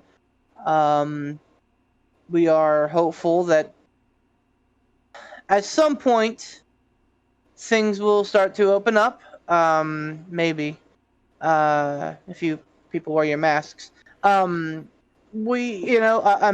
has been running shows in the outdoor, and IWC has been running shows in the outdoor. I know that Clearfield has some wonderful outdoor venues. So, Sean, if you're listening, which you're probably not, because if you were, you probably hate us from the whole garage doors things. But if you are listening, might be a good time to try to hit that, because we are heading towards winter months, and that's not going to be good for anybody. But continue to keep Sean in your profile on Facebook and on the IWC Clearfield webpage. continue to check that out and watch for further details. Shout out to Gold Gaming for our awesome shirt available on Tiger Bomb Tom's shop at the Casual Gaming shop. Buy it. We don't care what you do with it. Just buy it. Just continue to do what we do best. Watch wrestling, enjoy wrestling. Go see some of these indies that are out. Keep, maintain social distancing, but you can certainly be safe while enjoying some great indie action. That's all I got, fellas. All right, there you go. Thank you all very much for listening to this episode of the P3 Podcast. Make sure, again, you like, comment, and subscribe. If you do have any questions, we didn't get to one this episode or last episode, I believe, but we do a little segment called Stump the Chumps. You can email us at Pittsburgh Piledriver Podcast at gmail.com. And you can send us a question. We will try and answer it. And if we can't answer it, you did not stump the chumps. And if we do answer it, you didn't stump the chumps. If we do, whatever, ask us questions, numbnuts. And we also hopefully are going to be bringing back a little bit of hot tag trivia with ourselves. We need to get more on that. And also, we've been kicking it around and saying it for a couple episodes. We need to bring back not breaking kayfabe. What? Collar elbow tie-up. Collar and elbow tie-up. There we go. Collar elbow tie-up. So if you have any, go back, listen to the previous collar elbow tie-ups. You'll see what they're all about. They're on our YouTube channel and anywhere you can listen to your podcast, Google Podcasts, Spotify, anywhere like that. Just search Pittsburgh Piledriver Podcast, and you can listen to the previous episodes of Collar Elbow Type, see what they're all about, and give us a little counterpoint topic to discuss. And we're going to see how this weekend shakes out with wrestling, because it's a pretty big one. This whole month is pretty big. For Beef the Legend, Mr. Alec Ransom, and myself, Poot the Bard, and the ghost of the tripod himself, Tiger Bomb Tom. Have yourselves a good evening, night, day, whenever you're watching this. I don't really care. Buy the shirt. Suck it.